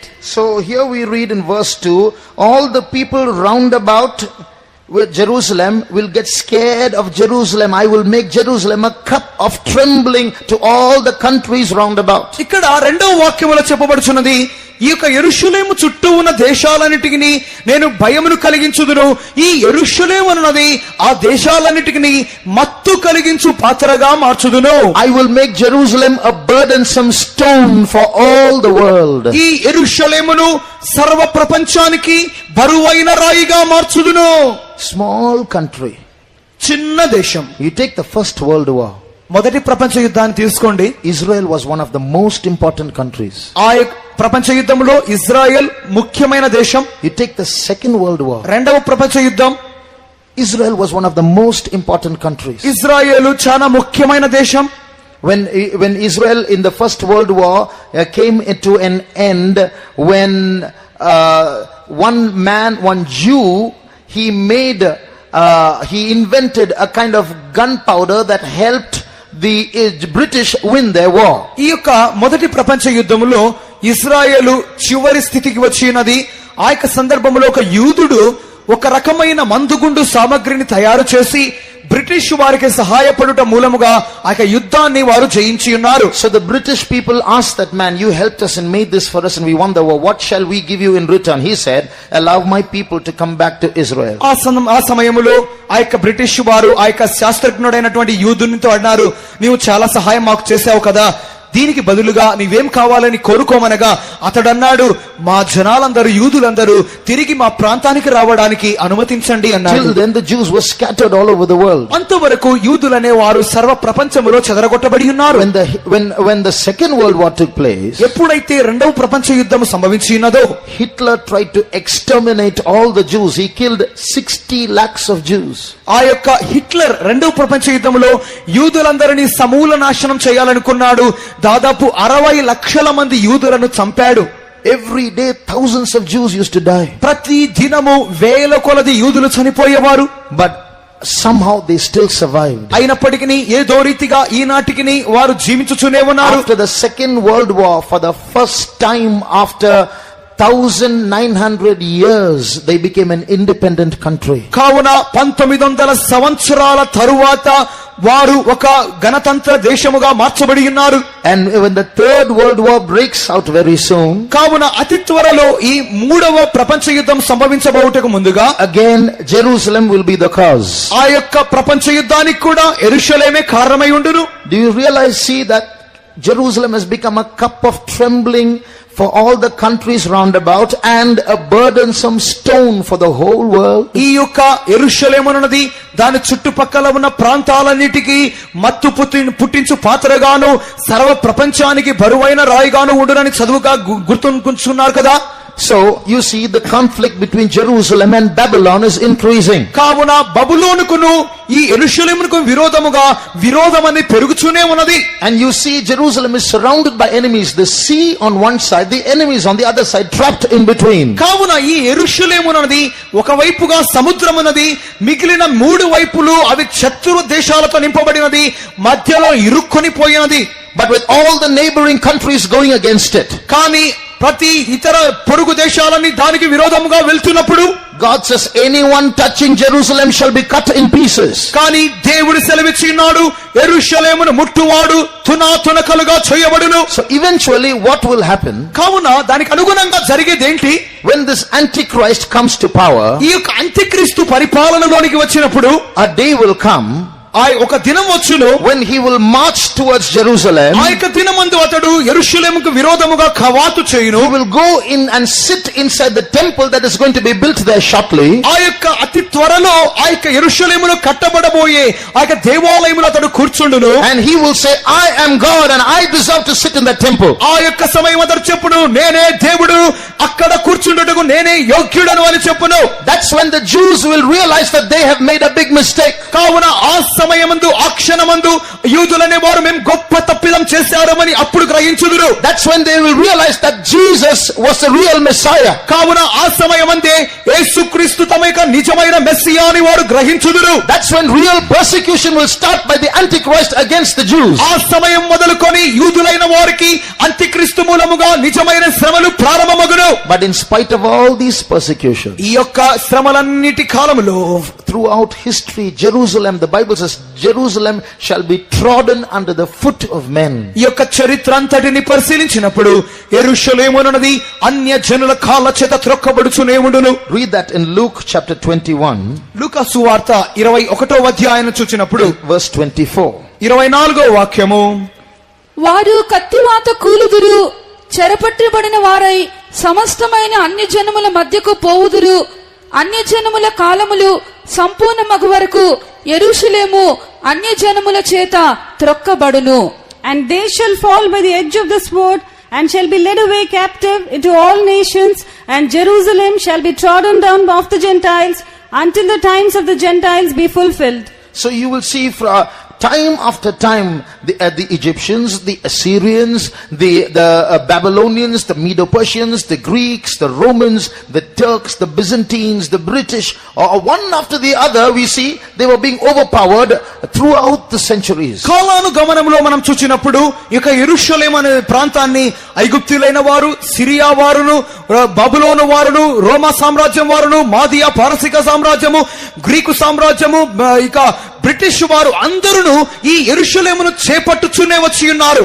Jerusalem shall be trodden of the Gentiles. ఈ యెరూషలేము అన్నది అన్య జనుల చేత త్రొక్కబడును. Such a small country, but no country has been stepped upon like Jerusalem has been stepped upon. ఈ యొక్క యెరూషలేము అంత చిన్న పట్టణమైనది, ఏ పట్టణము కూడా ఇతరుల చేత యెరూషలేము తొక్కబడినంతగా తొక్కబడలేదు. And it is going to be continued to be stepped upon. ఇంకను ఈ యెరూషలేము ఇంకను తొక్కబడుచునే ఉండును. But after all that stamping is done, ఈ యొక్క తొక్కిసలాటంతా ముగిసిన తర్వాత the Bible says Jesus will return again to this world. ఈ యొక్క బైబిల్ గ్రంథం చెప్పుచున్నది యేసుక్రీస్తు తిరిగి ఈ లోకానికి వచ్చును. Then the Antichrist and Christ and their armies will clash in a battle called the Battle of Armageddon. క్రీస్తు యొక్క అంత్యక్రీస్తు యొక్క సైన్యం అనేవారు హర్మగెద్దోను యుద్ధములో ఒకరికి విరోధముగా ఒకరు లేచును. Jesus will win that battle. యేసు ఆ యొక్క యుద్ధాన్ని జయించును. You know how long that battle will last? ఆ యొక్క యుద్ధం ఎంత కాలం జరుగునో తెలుసా? The first world war lasted for 5 years. ఆ యొక్క మొదటి ప్రపంచ యుద్ధం 5 సంవత్సరాలు జరిగింది. The second world war lasted 6 years. రెండవ ప్రపంచ యుద్ధం 6 సంవత్సరాలు జరిగింది. The third world war will span the tribulation period. There will be wars here and there, and it will last 7 years. మూడవ ప్రపంచ యుద్ధం అన్నది అక్కడ ఇక్కడ చెదురుమదురు యుద్ధాలతో 7 సంవత్సరాలు ఉండును. The fourth world war, which is the Battle of Armageddon, how long will it last? నాలుగో ప్రపంచ యుద్ధమైనటువంటి హర్మగెద్దోను యుద్ధము ఎంత కాలం జరుగును? Not 8 years. 8 సంవత్సరాలు కాదు. You read 2 Thessalonians chapter 2, రెండవ దశలోనికైలు 2వ అధ్యాయం చూడండి. and read verse 8. 8వ వాక్యం, అప్పుడా ధర్మ విరోధి బయల్పరచబడును. ప్రభువైన యేసు తన నోటి ఊపిరి చేత వానిని సంహరించి తన ఆగమన ప్రకాశము చేత నాశనము చేయును. And then shall that wicked be revealed, whom the Lord shall consume with the spirit of his mouth, and shall destroy with the brightness of his coming. So how long will the war last? ఈ యొక్క హర్మెగెద్దోను యుద్ధం ఎంతకాలం జరుగును? It's called the Battle of Armageddon. అది హర్మెగెద్దోను యుద్ధం అని పిలువబడుచున్నది. Actually there's no war. సాధారణంగా అది యుద్ధం కాదు. The Antichrist and his armies will come against Christ and his army. ఈ యొక్క అంత్యక్రీస్తు వాని సైన్యమును యేసుక్రీస్తు ఆయన యొక్క సైన్యమునకు విరోధముగా వచ్చును. But when Jesus comes down, యేసుక్రీస్తు దిగి వచ్చి, this verse says the brightness of Jesus will destroy the Antichrist. ఈ యొక్క వాక్యం చెప్పుచున్నది ఆయన యొక్క ఆగమన ప్రకాశము చేతనే అంత్యక్రీస్తును వాని సైన్యమును నాశనం చేయబడును.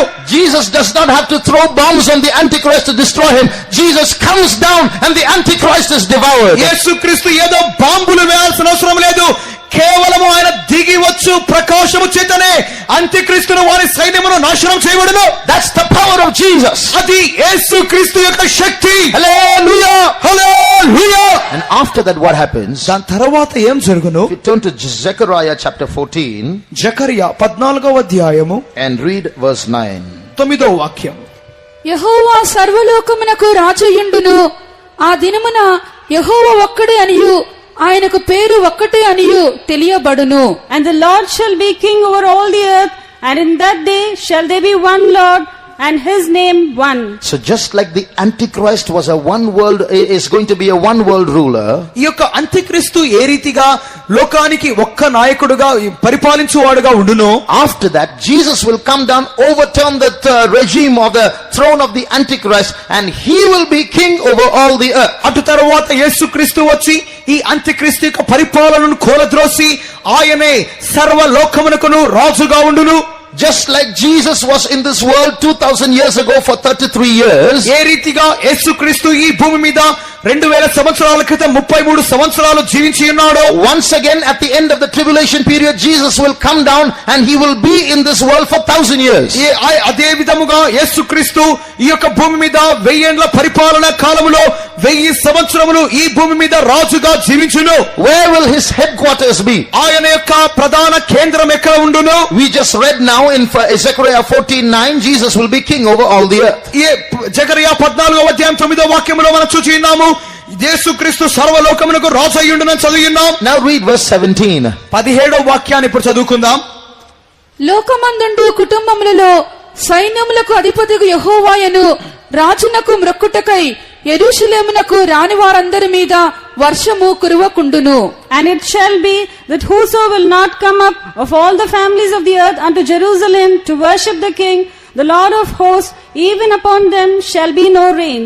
So here we see, where is the king? He is in Jerusalem. ఇక్కడ ఎక్కడ రాజు ఉన్నాడు అని చదివినట్లయితే యెరూషలేమునందు ఆ రాజు ఉన్నాడు. So this small Jerusalem which everybody is stamping on and everybody wants to take it out of the world map and they are striving against it, the whole world is against it, is going to be the coming world capital. ఏ యెరూషలేమునైతే ప్రతి సామ్రాజ్యము తొక్కి ఉన్నదో, ఏ యొక్క యెరూషలేం పట్టణమునైతే ప్రతి దేశము ప్రపంచ పటము నుండి తుడి చేయాలని కోరుకునేందో అదే యెరూషలేము అన్నది ఈ సర్వ లోకమునకు ఒక రాజధానిగాను పరిపాలన కేంద్రముగాను మార్చబడును. Today literally all those big countries that are around Jerusalem want to get rid of Jerusalem, but the God of the Bible says you are not going to do it. ఇక్కడైతే ఈ యెరూషలేము చుట్టూ ఉన్నటువంటి ఈ పెద్ద దేశాలన్నీ యెరూషలేమును ఏమీ లేకుండా చేయాలని కోరుచున్నవి, కానీ దేవుడు దానికి అంగీకరించుట లేదు.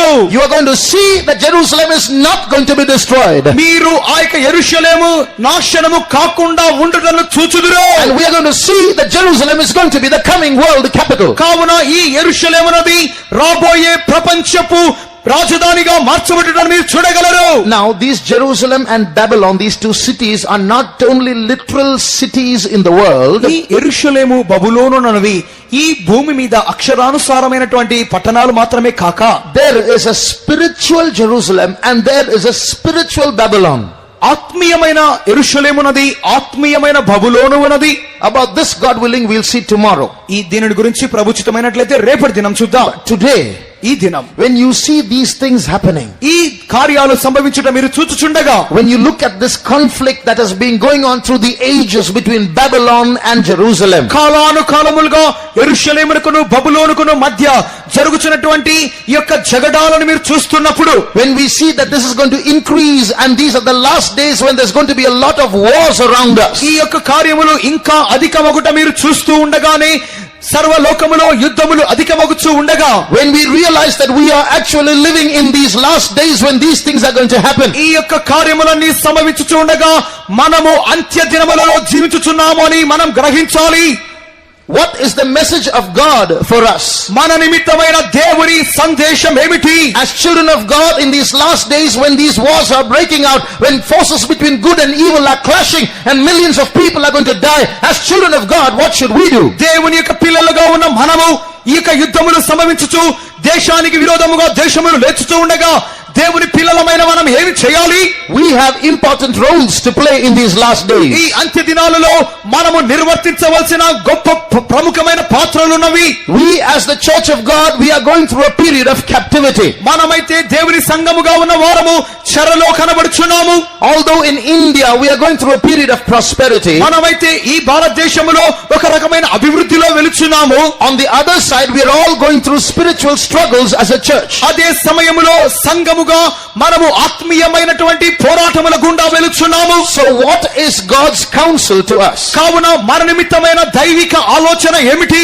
Read Zephaniah chapter 3 and verse 8. జెఫన్యా 3వ అధ్యాయము 8వ వాక్యము. కాబట్టి యెహోవా సెలవిచ్చు వాక్కు ఏదనగా, నా కొరకు కనిపెట్టుడి, నేను లేచి ఎరను పట్టుకొను దినము కొరకు కనిపెట్టియుండుడి, నా ఉగ్రతను నా కోపాగ్ని అంతటిని వారి మీద కుమ్మరించుటకై అన్యజనులను పోగు చేయుటకును గుంపులు గుంపులుగా రాజ్యములను సమకూర్చుటకును నేను నిశ్చయించుకొంటిని, నా రోషాగ్ని చేత భూమి అంతయు కాలిపోవును. Therefore, wait ye upon me, saith the Lord, until the day that I rise up to the prey. For my determination is to gather the nation, that I may assemble the kingdoms, to pour upon them mine indignation, even all my fierce anger, for all the earth shall be devoured with the fire of my jealousy. All the earth is going to be devoured. నా యొక్క ఉగ్రతాగ్ని చేత సర్వలోకము భూమి అంతయు నాశనం చేయబడును. I'm going to gather all the nations and I'm going to pour out my anger upon them. నేను సమస్త జనములను సమకూర్చి నా యొక్క రోషాగ్నిని వారి మీద కుమ్మరించుదును. In those days, my people, you wait upon me. ఆ యొక్క అంత్య దినములలో నా జనమా మీరు నా నిమిత్తమై కనిపెట్టుడి. If you come back to Isaiah chapter 26, యెషయా 26వ అధ్యాయానికి తిరిగి వచ్చినట్లయితే you see the cry of the children of God. ఇక్కడ దేవుని జనుల యొక్క మొర్రను చూడండి. They are also going through a period of struggles where other people are ruling over them. వారి మీద వేరొక జనులు పరిపాలించుచుండగా వారిలో కలుగుచున్నటువంటి పోరాటములను చూడండి. This is the cry of Jerusalem. ఇది యెరూషలేము యొక్క మొర్రగా కనబడుచున్నది. Read verse 13. 13వ వాక్యం. యెహోవా మా దేవా, నీవుగాక వేరే ప్రభువులు మమ్ము నేలిరి, ఇప్పుడు నిన్ను బట్టియే నీ నామమును స్మరింతుము. O Lord our God, other lords beside thee have had dominion over us, but by thee only will we make mention of thy name. Just like India is a democracy, people's rule, ఏ రీతిగా భారతదేశం అనేది ప్రజాస్వామ్య దేశముగా ఉన్నదో, Israel was a theocracy, God's rule. ఆ యొక్క Israel దేశం అనేది దైవిక పరిపాలనలో ఉన్నది. But they lost that theocracy and strangers, other countries, neighboring countries started ruling over Israel. కానీ ఆ యెరూషలేము అనేది దైవిక స్వామ్యాన్ని దైవిక పరిపాలనను కోల్పోయి వేరు జనులు వారిని ఎలుబడి చేసి ఉన్నారు. But here we see the humble prayer of the Jews in captivity. కానీ ఇక్కడైతే చెరలో ఉన్నటువంటి యూదుల యొక్క దీనమైన ప్రార్థనను చూడండి. Oh God, other gods beside thee are ruling over us, but we are mentioning only your name. మా దేవా, వేరు ప్రభువులు మమ్మల్ని ఏరిరి, ఇప్పుడు నిన్ను బట్టి నీ నామమును స్మరించుచున్నాము. Read verse 8 and 9. 8, 9 వాక్యములు. యెహోవా, నీ తీర్పుల మార్గమున నీ వచ్చుచున్నావని మేము నీ కొరకు కనిపెట్టుకొనుచున్నాము. మా ప్రాణము నీ నామమును నీ స్మరణను ఆశించుచున్నది. రాత్రివేళ నా ప్రాణము నిన్ను ఆశించుచున్నది. నాలోనున్న ఆత్మ ఆసక్తితో నిన్ను ఆశ్రయించుచున్నది. Enough.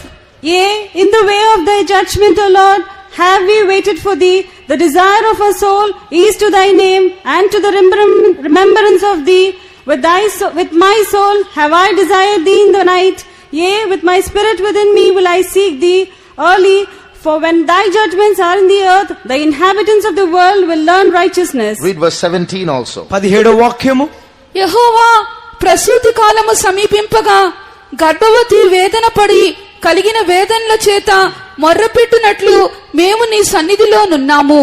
Like as a woman with a child that draweth near to the time of her delivery is in pain and crieth out in her pangs, so have we been in thy sight, O Lord. So there were times in Jerusalem's history when their neighbors, when their enemies had the upper hand over them. ఈ యొక్క యెరూషలేము యొక్క చరిత్రను చూసినప్పుడు యెరూషలేముకు విరోధముగా ఉన్నటువంటి శత్రువులు యెరూషలేము పై చేయి కలిగిన వారిగా ఉండిరి. And at that time, this is the cry that went up to heaven from Jerusalem. ఇట్టి పరిస్థితుల మధ్యలోనే ఈ యొక్క యెరూషలేములో ఉన్నటువంటి యొక్క జనాంగము దేవునికి మొరపెట్టుచూ ఉండి ఉన్నది. Like a pregnant woman who has drawn close to her time of delivery, we are also suffering pain. Oh God, have mercy on us. ప్రసూతి కాలము సమీపించినటువంటి ఒక గర్భవతి స్త్రీ వేదన పడినట్లుగా, ఓ దేవా మేము నీ కొరకై వేదన పడుచున్నాము. With our soul, we want to get up early in the morning and seek your face. మా యొక్క ప్రాణముతో ఉదయకాలముననే నీ ముఖమును మేము చూడగోరుచున్నాము. As the church of God, these are the days when we have to seek God extensively in prayer. కావున దేవుని యొక్క సంఘముగా ఉన్నటువంటి మనము ఈ యొక్క దినాలలో ప్రార్థనల మూలముగా దేవుని యొక్క ముఖమును అత్యధికముగా వెతకవలసిన వారమై ఉన్నాము. But very sad, in these days when the church ought to be praying, we have gone to sleep. కానీ ఈ దినాలలో చాలా దుఃఖించవలసిన కార్యము, ప్రార్థించవలసిన మనము ఈ దినాలలో నిద్రలోనికి జారిపోవచ్చున్నాం. One man said like this: ఒక మనిషి ఈ రీతిగా అన్నాడు, the world sleeps in darkness and the church sleeps in the light. లోకము అంధకారములో పడుకొని ఉన్నది, సంఘము వెలుగులో పడుకొని ఉన్నది. So we are also sleeping, they are also sleeping. మనం పడుకున్నాం, వాళ్ళు పడుకునే ఉన్నారు. But we have a little light around us, that's the కానీ difference. మన చుట్టూ కాస్త వెలుగుంది. It's time to wake up, brothers and sisters. ప్రియ సహోదరి సహోదరుడా, మనము నిద్ర లేవవలసిన సమయం ఇదే. These are the days when we have to cry out to the living God to deliver us. మనలను విమోచించు నిమిత్తమై జీవము కలిగిన దేవునికి మొర్ర పెట్టవలసిన సమయం ఇదే. Where are the days of our forefathers? మన యొక్క పూర్వ పితరుల దినములు ఏవి? Where are the miracles of the first century? మొదటి ఆది శతాబ్దములోని అద్భుతములు ఏవి? Where is the holiness of the church? సంఘములోని పరిశుద్ధత ఏది? Truth has fallen in the streets. సత్యమనేది సంత వీధులలో అమ్మబడుచున్నది. The precious sons of Zion, comparable to fine gold, have become like the vessels of the potter. ఈ యొక్క సియోను కుమారులనే వారైతే సంత వీధులలో అమ్మబడుచున్నటువంటి పాత్రలుగా మార్చబడి ఉన్నారు. If you turn to Haggai chapter 1, హగ్గయి మొదటి అధ్యాయము. many Christians are going through many struggles these days, and one of the major reasons for this is given there. ఇక్కడ అనేక మంది క్రైస్తవులు అనేక రకాలైన పోరాటముల గుండా వెలుచున్నారు. వాటిని గూర్చిన ఒక కారణం అక్కడ ఇవ్వబడి ఉన్నది. Read Haggai chapter 1 verses 6 and 9. హగ్గయి మొదటి అధ్యాయము 6-7 వాక్యములు. మీరు విస్తారముగా విత్తినను మీకు కొంచెమే పండెను. మీరు భోజనము చేయుచున్నను ఆకలి తీరకయున్నది, పానము చేయుచున్నను దాహము తీరకయున్నది, బట్టలు కప్పుకొనుచున్నను చలి ఆగకున్నది. పనివారు కష్టము చేసి జీతము సంపాదించుకొనినను జీతము చినిగిపోయిన సంచిలో వేసినట్టుగా ఉన్నది. విస్తారముగా కావాలని మీరెదురు చూచితిరి గాని కొంచెముగా పండెను. మీరు దానిని ఇంటికి తేగా నేను దానిని చెదరగొట్టి తిని ఎందుచేతనని యెహోవా అడుగుచున్నాడు. నా మందిరము పాడయుండగా మీరందరూ మీ ఇండ్లు కట్టుకొనుటకు త్వరపడుట చేతనే కదా.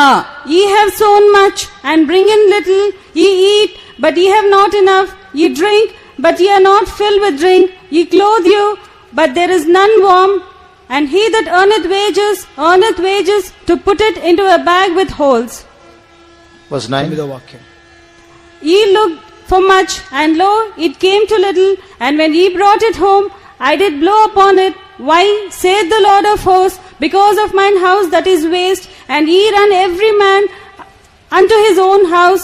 Therefore the heaven over you is stayed from dew, and the earth is stayed from her fruit. So many children of God are trying to earn money. They are really struggling hard, but somehow their earnings seem to be put inside a bag with holes. చాలా మంది దేవుని బిడ్డలు డబ్బు సంపాదించాలని వారు ప్రయాసపడుచున్నారు. ఏదో రీతిగా డబ్బు సంపాదిస్తున్నారు, కానీ వారి యొక్క సంపాదన అంతా చిల్లు సంచిలో వేయబడినట్లుగానే ఉన్నది. Sudden unnecessary expenses come and all that you want to earn disappears. అనుకోనటువంటి అనవసరమైనటువంటి ఖర్చులొచ్చును, సంపాదించిందంతా మాయమైపోవును. You make plans, some other problem comes and all those plans are shattered. మీరు ఏదో ఒక ఉద్దేశం కలిగి ఉంటారు, అనుకోని సమస్య వచ్చి పడుతుంది, మీ ఉద్దేశాలన్నీ ఎగిరిపోతాయి. Many children of God are going through financial and material and physical struggles. అనేక మంది దేవుని బిడ్డలు ఆర్థికముగాను వస్తుపరముగాను వారి యొక్క కార్యములలో వారు లోటులో కనబడుచున్నారు. Why is that happening? ఎందుకు జరుగుచున్నది? God gives the answer. దేవుడు ఇక్కడ కార్యాన్ని చెప్పుచున్నాడు. Because when you came back home with your income, I did blow upon it. మీరు సంపాదనతో ఇంటికి వచ్చినప్పుడు నేను దానిని చెదరగొట్టుచున్నాను. The blessing God has become a blowing God. ఆశీర్వదించు దేవుడు చెదరగొట్టే దేవుడుగా మారిపోతున్నాడు. Why? ఎందుకు? What does God say? ఏ కార్యాన్ని దేవుడు చెప్తున్నాడు? My house is lying waste and you are running to your house. నా మందిరము పాడై ఉండగా మీరు మీ ఇండ్లను కట్టుకోవడానికి వెళ్తున్నారే. What is the meaning of that? దాని అర్థం ఏంటి? Nobody is bothered about the church of God. దేవుని సంఘాన్ని గురించి ఎవరును చింతించుటలేదు. Every Christian is bothered only about how to build his family. ప్రతి క్రైస్తవుడును ఏదో రీతిగా తన ఇల్లు తన కుటుంబాన్ని కట్టుకోవాలని అనుకుంటున్నాడు. I must get a promotion. నేను ఒక పదోన్నతి పొందాలి. I must buy that property. ఆ ఆస్తిని నేను కొనాలి. My children must study well and grow up. నా పిల్లలు బాగా చదువుకొని ఉన్నతిలోకి రావాలి. I have plans to go abroad. నేను పాశ్చాత్య దేశాలకు వెళ్ళాలి. But what about the church of God? కానీ సంఘం గురించిన పరిస్థితి ఏంటి? Child of God, దేవుని బిడ్డ, Pentecostal brother and sister, Pentecost సహోదర సహోదరి, you've been praying for so many things. When is the last time you prayed for the church of God, that there might be a revival in the church of God? ప్రార్థన చేస్తున్నావు బాగానే ఉంది. సంఘములో ఉద్యమం కొరకు చివరిసారిగా ఎప్పుడు ప్రార్థన చేస్తావు గుర్తు చేసుకో. Till you shift your burdens from personal things to godly things, till you have the burden in your heart that God has in his heart, you are going to put your income and your earnings in a bag with holes. నీవు ఎప్పుడైతే నీ యొక్క అక్షరానుసారమైనటువంటి భారాలను పక్కన పెట్టి దేవుని సంఘాన్ని గురించిన భారాన్ని తీసుకుంటావో, నీకు కలుగుచున్నటువంటి ఆ యొక్క కొరత అన్నది ఎప్పుడైతే దేవుని హృదయములోనికి చేర్చబడునో అంతవరకు నీ సంపాదన కన్నము వేయబడినటువంటి సంచిలో వేసినట్టుగానే ఉండును. Children of God who are supposed to be knowing that these are the last days, who are to be going to the streets and to the offices and to the colleges and to the workplaces and say, blow the trumpet and say, Jesus is coming soon. దేవుని బిడ్డలారా, ఎక్కడైతే మీరు వీధులలో వెలుచున్నప్పుడు, ఆఫీసులలో వెలుచున్నప్పుడు, మీ యొక్క ఇతర పరిస్థలాలలో వెలుచున్నప్పుడు, ప్రతి స్థలములోనూ యేసు వచ్చుచున్నాడు అని బూర ఊదుచూ ఉండగా, have themselves gone to sleep and they are busy about other things. ఆ విధముగా ఊదవలసిన వారే వారు తమ యొక్క కార్యాలలో తీరిక లేకుండా వారు నిద్రపోవచ్చున్నారు. Instead of getting ready to leave this world, we are making plans to settle down. ఈ లోకాన్ని వదిలిపెట్టడానికి బదులుగా ఈ లోకములోనే అమర్చబడుటకు మనము నిశ్చయించుకొనుచున్నాం. This is an evil spirit working amongst Christians in the last days. ఈ అంత్య దినాలలో క్రైస్తవుల మధ్యలో క్రియ చేయుచున్నటువంటి అపవిత్రాత్మ శక్తుల యొక్క క్రియలుగా ఇవి కనబడుచున్నవి. If you turn to Psalm 44, కీర్తనలు 44వ అధ్యాయము, read verse 24 and 25. 24-25 వాక్యములు. నీ ముఖమును నీవేళ మరుగుపరిచి ఉన్నావు, మా బాధను మా కలుగు హింసను నీవేళ మరిచి ఉన్నావు. మా ప్రాణము నేలకు కృంగి ఉన్నది, మా శరీరము నేలను పట్టి ఉన్నది. Wherefore hidest thou thy face, and forgettest our affliction and our oppression? Our soul is bowed down to the dust, our belly cleaveth unto the earth. So not only is there a physical gravitational force pulling our bodies to the ground, this verse says this earth has a gravitational force that can pull our soul to the ground also. ఏదో భౌతికముగా మన శరీరాన్ని మాత్రమే ఈ యొక్క భూమి యొక్క అక్షరానుసారమైనటువంటి కార్యాలు మనల్ని లాగుటలేదు, కానీ ఈ భూమి అన్నది చివరికి మన ప్రాణాన్ని కూడా కిందికి లాగే శక్తి కలిగి ఉన్నది. So we in our prayers ought to be worried about spiritual things, ought to be worried about our spiritual growth. We are praying for earthly mundane things that our vanity will pass away soon. మన ఆత్మీయ జీవితంలో ఆత్మీయ కార్యముల కొరకును ఆత్మీయ భారముల కొరకును ప్రార్థించడానికి బదులుగా వ్యర్థమైన కార్యాల కొరకే మన ప్రార్థనలో మనం అధికముగా ధ్యానించుచున్నాం.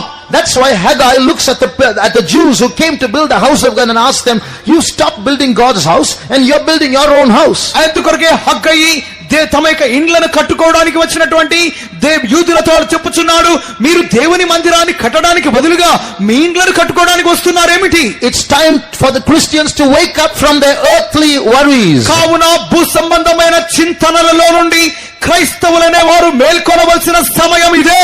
Our soul that is cleaving to the dust should shake off its dust and rise up. మన యొక్క ప్రాణము మంటిని హత్తుకొని ఉండగా మంటిలో నుండి లేచి నిలబడి దుమ్ము దులుపు కలవలసిన సమయం ఇదే. One day I was preaching this subject in a church, in a meeting like this. ఈ రీతిగా ఒకానొక కూటములలో నేను ఈ అంశాన్ని గురించి నేను ప్రసంగం చేయుచునే ఉన్నాను. I was quoting from Colossians chapter 3. కొలస్సీలు రాసిన పత్రిక 3వ అధ్యాయంలో నేను ఒక వాక్యాన్ని చెప్పుచూ వచ్చిని. The Bible says, set your affections on things above, not on things on the earth. మీ యొక్క తలంపులున్నవి పైనున్న వాటి మీదనే కానీ భూ సంబంధమైన వాటి మీద ఉంచుకొనకూడదు అని చెప్పబడినది. I don't know if it's there in Telugu. In Tamil it is there. It says, don't set your affection on things above, set your affections only on things of the earth. That word only, melana vegalaye, it says set your affection only on things of the earth, on things above. పైనున్న వాటి మీదనే కానీ భూ సంబంధమైన వాటి మీద మనస్సు పెట్టుకొనకుడి అని చెప్పబడుచున్నది. So that means we should not be praying for earthly things. కావున మనము భూ సంబంధమైన వాటి నిమిత్తమై ప్రార్థన అనేది చేయకూడదు. All our prayer should only be about heavenly things. The earthly things God will take care of. మన యొక్క ప్రార్థన అంతా పర సంబంధమైన పరలోక సంబంధమైన కార్యాల కొరకే ఉండాలి, కానీ భూ సంబంధమైన వాటి నిమిత్తమై దేవుడు బాధ్యత వహిస్తాడు. Isn't it so sad that our prayers are upside down? We're doing just the opposite. కానీ మన ప్రార్థన కాస్త తలకిందులుగా ఉందే బాధ అనిపించట్లేదా? So I was preaching this in one place. నేను ఈ మాటను ఒక స్థలంలో ప్రసంగిస్తున్నా. After the message was over, one brother came up. ఈ ప్రసంగం అయిన తర్వాత ఒక సహోదరుడు ముందుకు వచ్చాడు. Very nice message, brother. చాలా బాగుంది బ్రదర్ గారు ప్రేమ ప్రసంగం. Please pray for me. నా కొరకు ప్రార్థించండి. Somehow I must build my own house very soon. కావున ఏదో రీతిగా త్వరగా నా యొక్క ఇల్లు నేను కట్టుకోవాలి. What was I preaching till now? నేను ఇంతవరకు చేసిన ప్రసంగం ఏంటి? Don't pray for these things, pray for things above. He says very nice message and pray for my house. అతడు నేను చెప్పిన మాట ఏంటంటే భూ సంబంధమైన వాటి కొరకు ప్రార్థనే చేయొద్దండి, పర సంబంధమైన వాటి కొరకు ప్రార్థన చేయండి అని ప్రసంగించాను. కూటమైంది, ముందుకొచ్చాడు, బ్రదర్ గారు మీ ప్రసంగం చాలా బాగుంది అన్నాడు. చివరిగా నేను ఇల్లు కట్టుకోవాలి, ప్రార్థన చేయండి అన్నాడు. Do you know the meaning of this verse? My soul cleaveth to the dust. This is it. You will preach and preach and you listen and still pray for earthly things. నా యొక్క ప్రాణము మంటిని హత్తుకొని ఉన్నది అని ఈ వాక్యాన్ని చదువుకొని ఉన్నాం కదా. దీని అర్థం ఏంటి అంటే ఎంతగానైనా ప్రసంగించండి, నా ప్రాణము భూమి మీదనే ఉంటుంది. That's why St. Paul says, awake thou that sleepest and arise from the dead and Christ shall live, give thee light. అందుకొరకే నిద్రించుచున్న నీవు మృతుల్లో నుండి మేల్కొనుము, క్రీస్తు నీ మీద ప్రకాశించును అని చెప్పబడి ఉన్నది. It is time for the Christian churches to rise up and spend their days in prayer. కావున ఈ దినాలలో ప్రార్థనలో తమ యొక్క సమయాన్ని గడుపు నిమిత్తమై క్రైస్తవ సంఘములైన వారు లేచి మేల్కొనవలసిన సమయం ఇదే. 2 weeks ago in all our churches all over the world, in our church we had 6 days of fasting from Monday to Saturday. గత 2 వారముల క్రితము సోమవారం నుండి శనివారం వరకు 6 దినములు మా యొక్క సంఘములో సర్వ ప్రపంచములోను ఉపవాస ప్రార్థనలు జరిగి ఉన్నవి. I don't know how the attendance was here. There many believers came and many of them fasted all 6 days. Many of them applied for leave and came and sat in the presence of God. మిగిలిన అన్ని సంఘాలలో ఏ రీతిగా ఆ యొక్క ప్రార్థనలకు హాజరు ఉన్నదో తెలియదు, కానీ చాలా మంది విశ్వాసులైన వారు 6 దినాలు ఉపవాసం ఉండి ఉన్నారు. కొద్దిమంది అయితే తమ యొక్క ఉద్యోగాలకు సెలవు పెట్టి మరి కూడా ఆ యొక్క దినాలు ఉపవాసం ఉండి ప్రార్థన చేసి ఉన్నారు. My request to all the pastors of various churches, కావున మిగిలిన ఇతర సంఘాల యొక్క సంఘ కాపరులకు నా యొక్క ముఖ్యమైన సాత్వికమైన విన్నపము, these are the days when we all have to get together and increase prayer in our churches. కావున మన యొక్క దినాలలో మన యొక్క సంఘాలలో ఈ దినములలో ప్రార్థనా సమయాన్ని అత్యధికంగా పెంచవలసిన దినములు ఇవే. Conduct fasting prayers in your churches. మీ సంఘాలలో ఉపవాస ప్రార్థనలను నిర్వహించండి. Conduct all night prayers in your churches. మీ సంఘాలలో సంపూర్ణ రాత్రి ప్రార్థనలు నిర్వహించండి. Let the Christians in India cry out to the living God. ఈ భారతదేశంలోని క్రైస్తవులు జీవము కలిగిన దేవునికి మొర్రపెట్టనివ్వండి. We are praying to the God who has all power in heaven and the earth. ఆకాశము కిందను భూమి పైనను సర్వాధికారము కలిగిన దేవునికే మనం మొర్రపెట్టుచున్నాం. Then God will answer from heaven and deliver us also from our captivity. కావున పరలోకమందున దేవుడు మనకి ప్రార్థనను ఆలకించి సంగములలోని చెర నుండి మనం విడిపించును. Shall we close our eyes? మన కన్నులు మూసుకుందామా? We are in the last days. మనము అంత్య దినములలో ఉన్నాము. Terrible things are going to happen very soon. అతి త్వరలో భయంకరమైన కార్యములు సంభవించును. Are you going to wait till all that happens and then you don't have time to decide and you fall with the fallen? ఆ యొక్క కార్యములన్నీ సంభవించేంత వరకు ఆగి తర్వాత ఏం తీర్మానం చేసుకోవాలో సమయం లేక పడిపోవాలని కోరుకొనుచున్నావా? Or are you going to wake up with all of us and rise up and pray in these last days? లేనట్లయితే సర్వశక్తిని కూడగట్టుకొని లేచి నిలబడి ఇక దినాల్లో ప్రకాశించి ప్రభు రాకడకు సిద్ధపడాలని కోరుచున్నావా? Now we are going to spend 5 minutes in prayer. ఈ సమయమందు 5 నిమిషాలు మనం ప్రార్థనలో సమయాన్ని గడుపుదాం. Let's stop praying for earthly భూ things. సంబంధమైన వాటి కొరకు ప్రార్థన చేయడం నిలపండి. God says stop praying for those earthly ఈ things. భూ సంబంధమైన వాటి కొరకు ప్రార్థన చేయడానికి ఆపేయండి. Shake off your dust and arise. మీ ధూళి దులుపుకొని లేచి మేల్కొనుడి. Wake up Zion, wake up Jerusalem. సియోను లెమ్ము, యెరూషలేము లెమ్ము. Look up, lift up your heads, your redemption is drawing nigh. నీ తలను పైకెత్తుము, నీ విమోచన దినం సమీపించున్నది. These are the days when you have to cry out to God for deliverance. ఈ దినాలలో నీ విడుదల నిమిత్తమై మొర్ర పెట్టవలసిన సమయం ఇదే.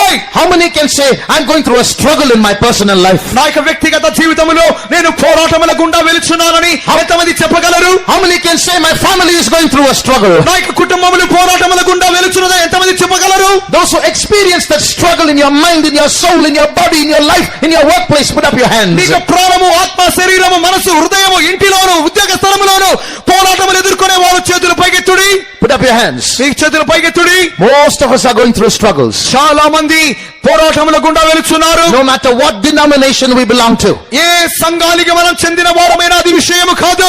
5 minutes we are all going to get together and pray. 5 నిమిషాలు మనమందరము ఏకీభవించి ప్రార్థన చేయవచ్చు. Now, remember, this is going to be a very, very important prayer. ఈ యొక్క ప్రార్థన అతి ముఖ్యమైన ప్రార్థనగా గుర్తుంచుకోండి. We are going to pray for the church. మనము సంఘము నిమిత్తమై ప్రార్థన చేయవచ్చును. Lord, have mercy on us. ప్రభువా మా మీద కనికరం చూపుము. Forgive our sins and iniquities. మా యొక్క అతిక్రమము, క్రియలు, పాపములు క్షమించుము. Forgive our earthly mindedness. మా యొక్క భూ సంబంధమైన మనస్సును క్షమించుము. Send a revival in our midst, O God. మా మధ్యలో ఉజ్జీవాన్ని పంపుము. If you pray well, ఈ రీతిగా బాగుగా ప్రార్థన చేస్తే your prayer has the power to change the course of history. ఆ యొక్క చరిత్రలో ఉన్నటువంటి కార్యాలను మార్చును.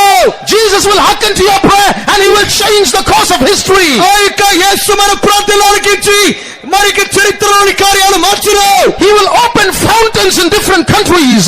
అనేక దేశాలలో ఆయన ఊటలను లేపచేయును. People will come to know Jesus. యేసును తెలుసుకునే నిమిత్తమై జనులు వచ్చుదురు. Every knee shall bow and every tongue shall confess that Jesus Christ is Lord. ప్రతి మోకాలు వంగును, ప్రతి నాలుక యేసు దేవుడని ఒప్పుకొనును. 5 minutes, let us lift up our voices in prayer. 5 నిమిషాలు ప్రార్థనలో మన స్వరమును ఎత్తుదాము. The Holy Spirit is listening to your words. నీ స్వరాన్ని, నీ మాటలు పరిశుద్ధాత్ముడు విననివ్వుడి. Lord, have mercy on us. దేవా మమ్మల్ని కనికరించుము. Forgive our sins. మా పాపాలు క్షమించుము. Lord, we need a revival. దేవా ఉజ్జీవం మాకు కావాలి. Is there anyone in this place with a burden in their heart for the church of God? ఈ దినాలలో ఇక్కడ సంఘానికి వచ్చిన భార హృదయం కలిగిన వారు ఎవరైనా ఉన్నారా? Look at Daniel. దానియేలు చూడండి. He had a personal problem. అతనికి వ్యక్తిగత సమస్య ఉన్నది. In his office, many were working against him. అతని ఆఫీసులో అతనికి విరోధంగా ఎంతో మంది పనిచేస్తున్నారు. When he went to pray, కానీ ప్రార్థన చేయడానికి వెళ్ళినప్పుడు he didn't pray for his office problem. He prayed for Jerusalem. ఆఫీసులోని సమస్య కొరకు ప్రార్థన చేయలేదు, కానీ యెరూషలేము కొరకు ప్రార్థన చేశాడు. Child of God, don't pray for your family, pray for the church of God. దేవుని బిడ్డ, నీ యొక్క ఆఫీసు కుటుంబ సమస్య కొరకు కాదు, కానీ సంఘాని కొరకు ప్రార్థన చేయి. Lord, so many other nations, so many other demons are ruling over us. దేవా మమ్మను అనేక దయ్యపు శక్తులు అనేక దేశములు నిలబడి చేయుచున్నవే. Lord, you must be our king. దేవా మీరే మాకు రాజుగా ఉండాలి. Cry out with all your voice. Lift up your voice and cry out to the Lord. స్వరమంతటిని ఎత్తి దేవునికి మొర్రపెట్టుడే. When you pray, మీరు is going to happen in Secunderabad. ఈ సికింద్రాబాదులో ఏదో ఒకటి జరిగి తీరును. Something is going to happen in Secunderabad. ఈ సికింద్రాబాదులో ఒకటి జరిగి తీరును. Something is going to happen in the church of God. దేవుని సంఘములో ఏదో ఒకటి జరిగి తీరును. The devil knows it. సాతానుకు అది తెలుసు. That's why he tried to touch the electricity in the beginning of the meeting. అందు నిమిత్తమే ప్రారంభములో కరెంటును వాడు ముట్టుకున్నాడు. A blessing is coming down. ఆశీర్వాదము కోరుపరిపబడుచున్నది. Church of God, cry out for revival. దేవుని సంఘమా ఉజ్జీవం కొరకు మొర్రపెట్టుడు.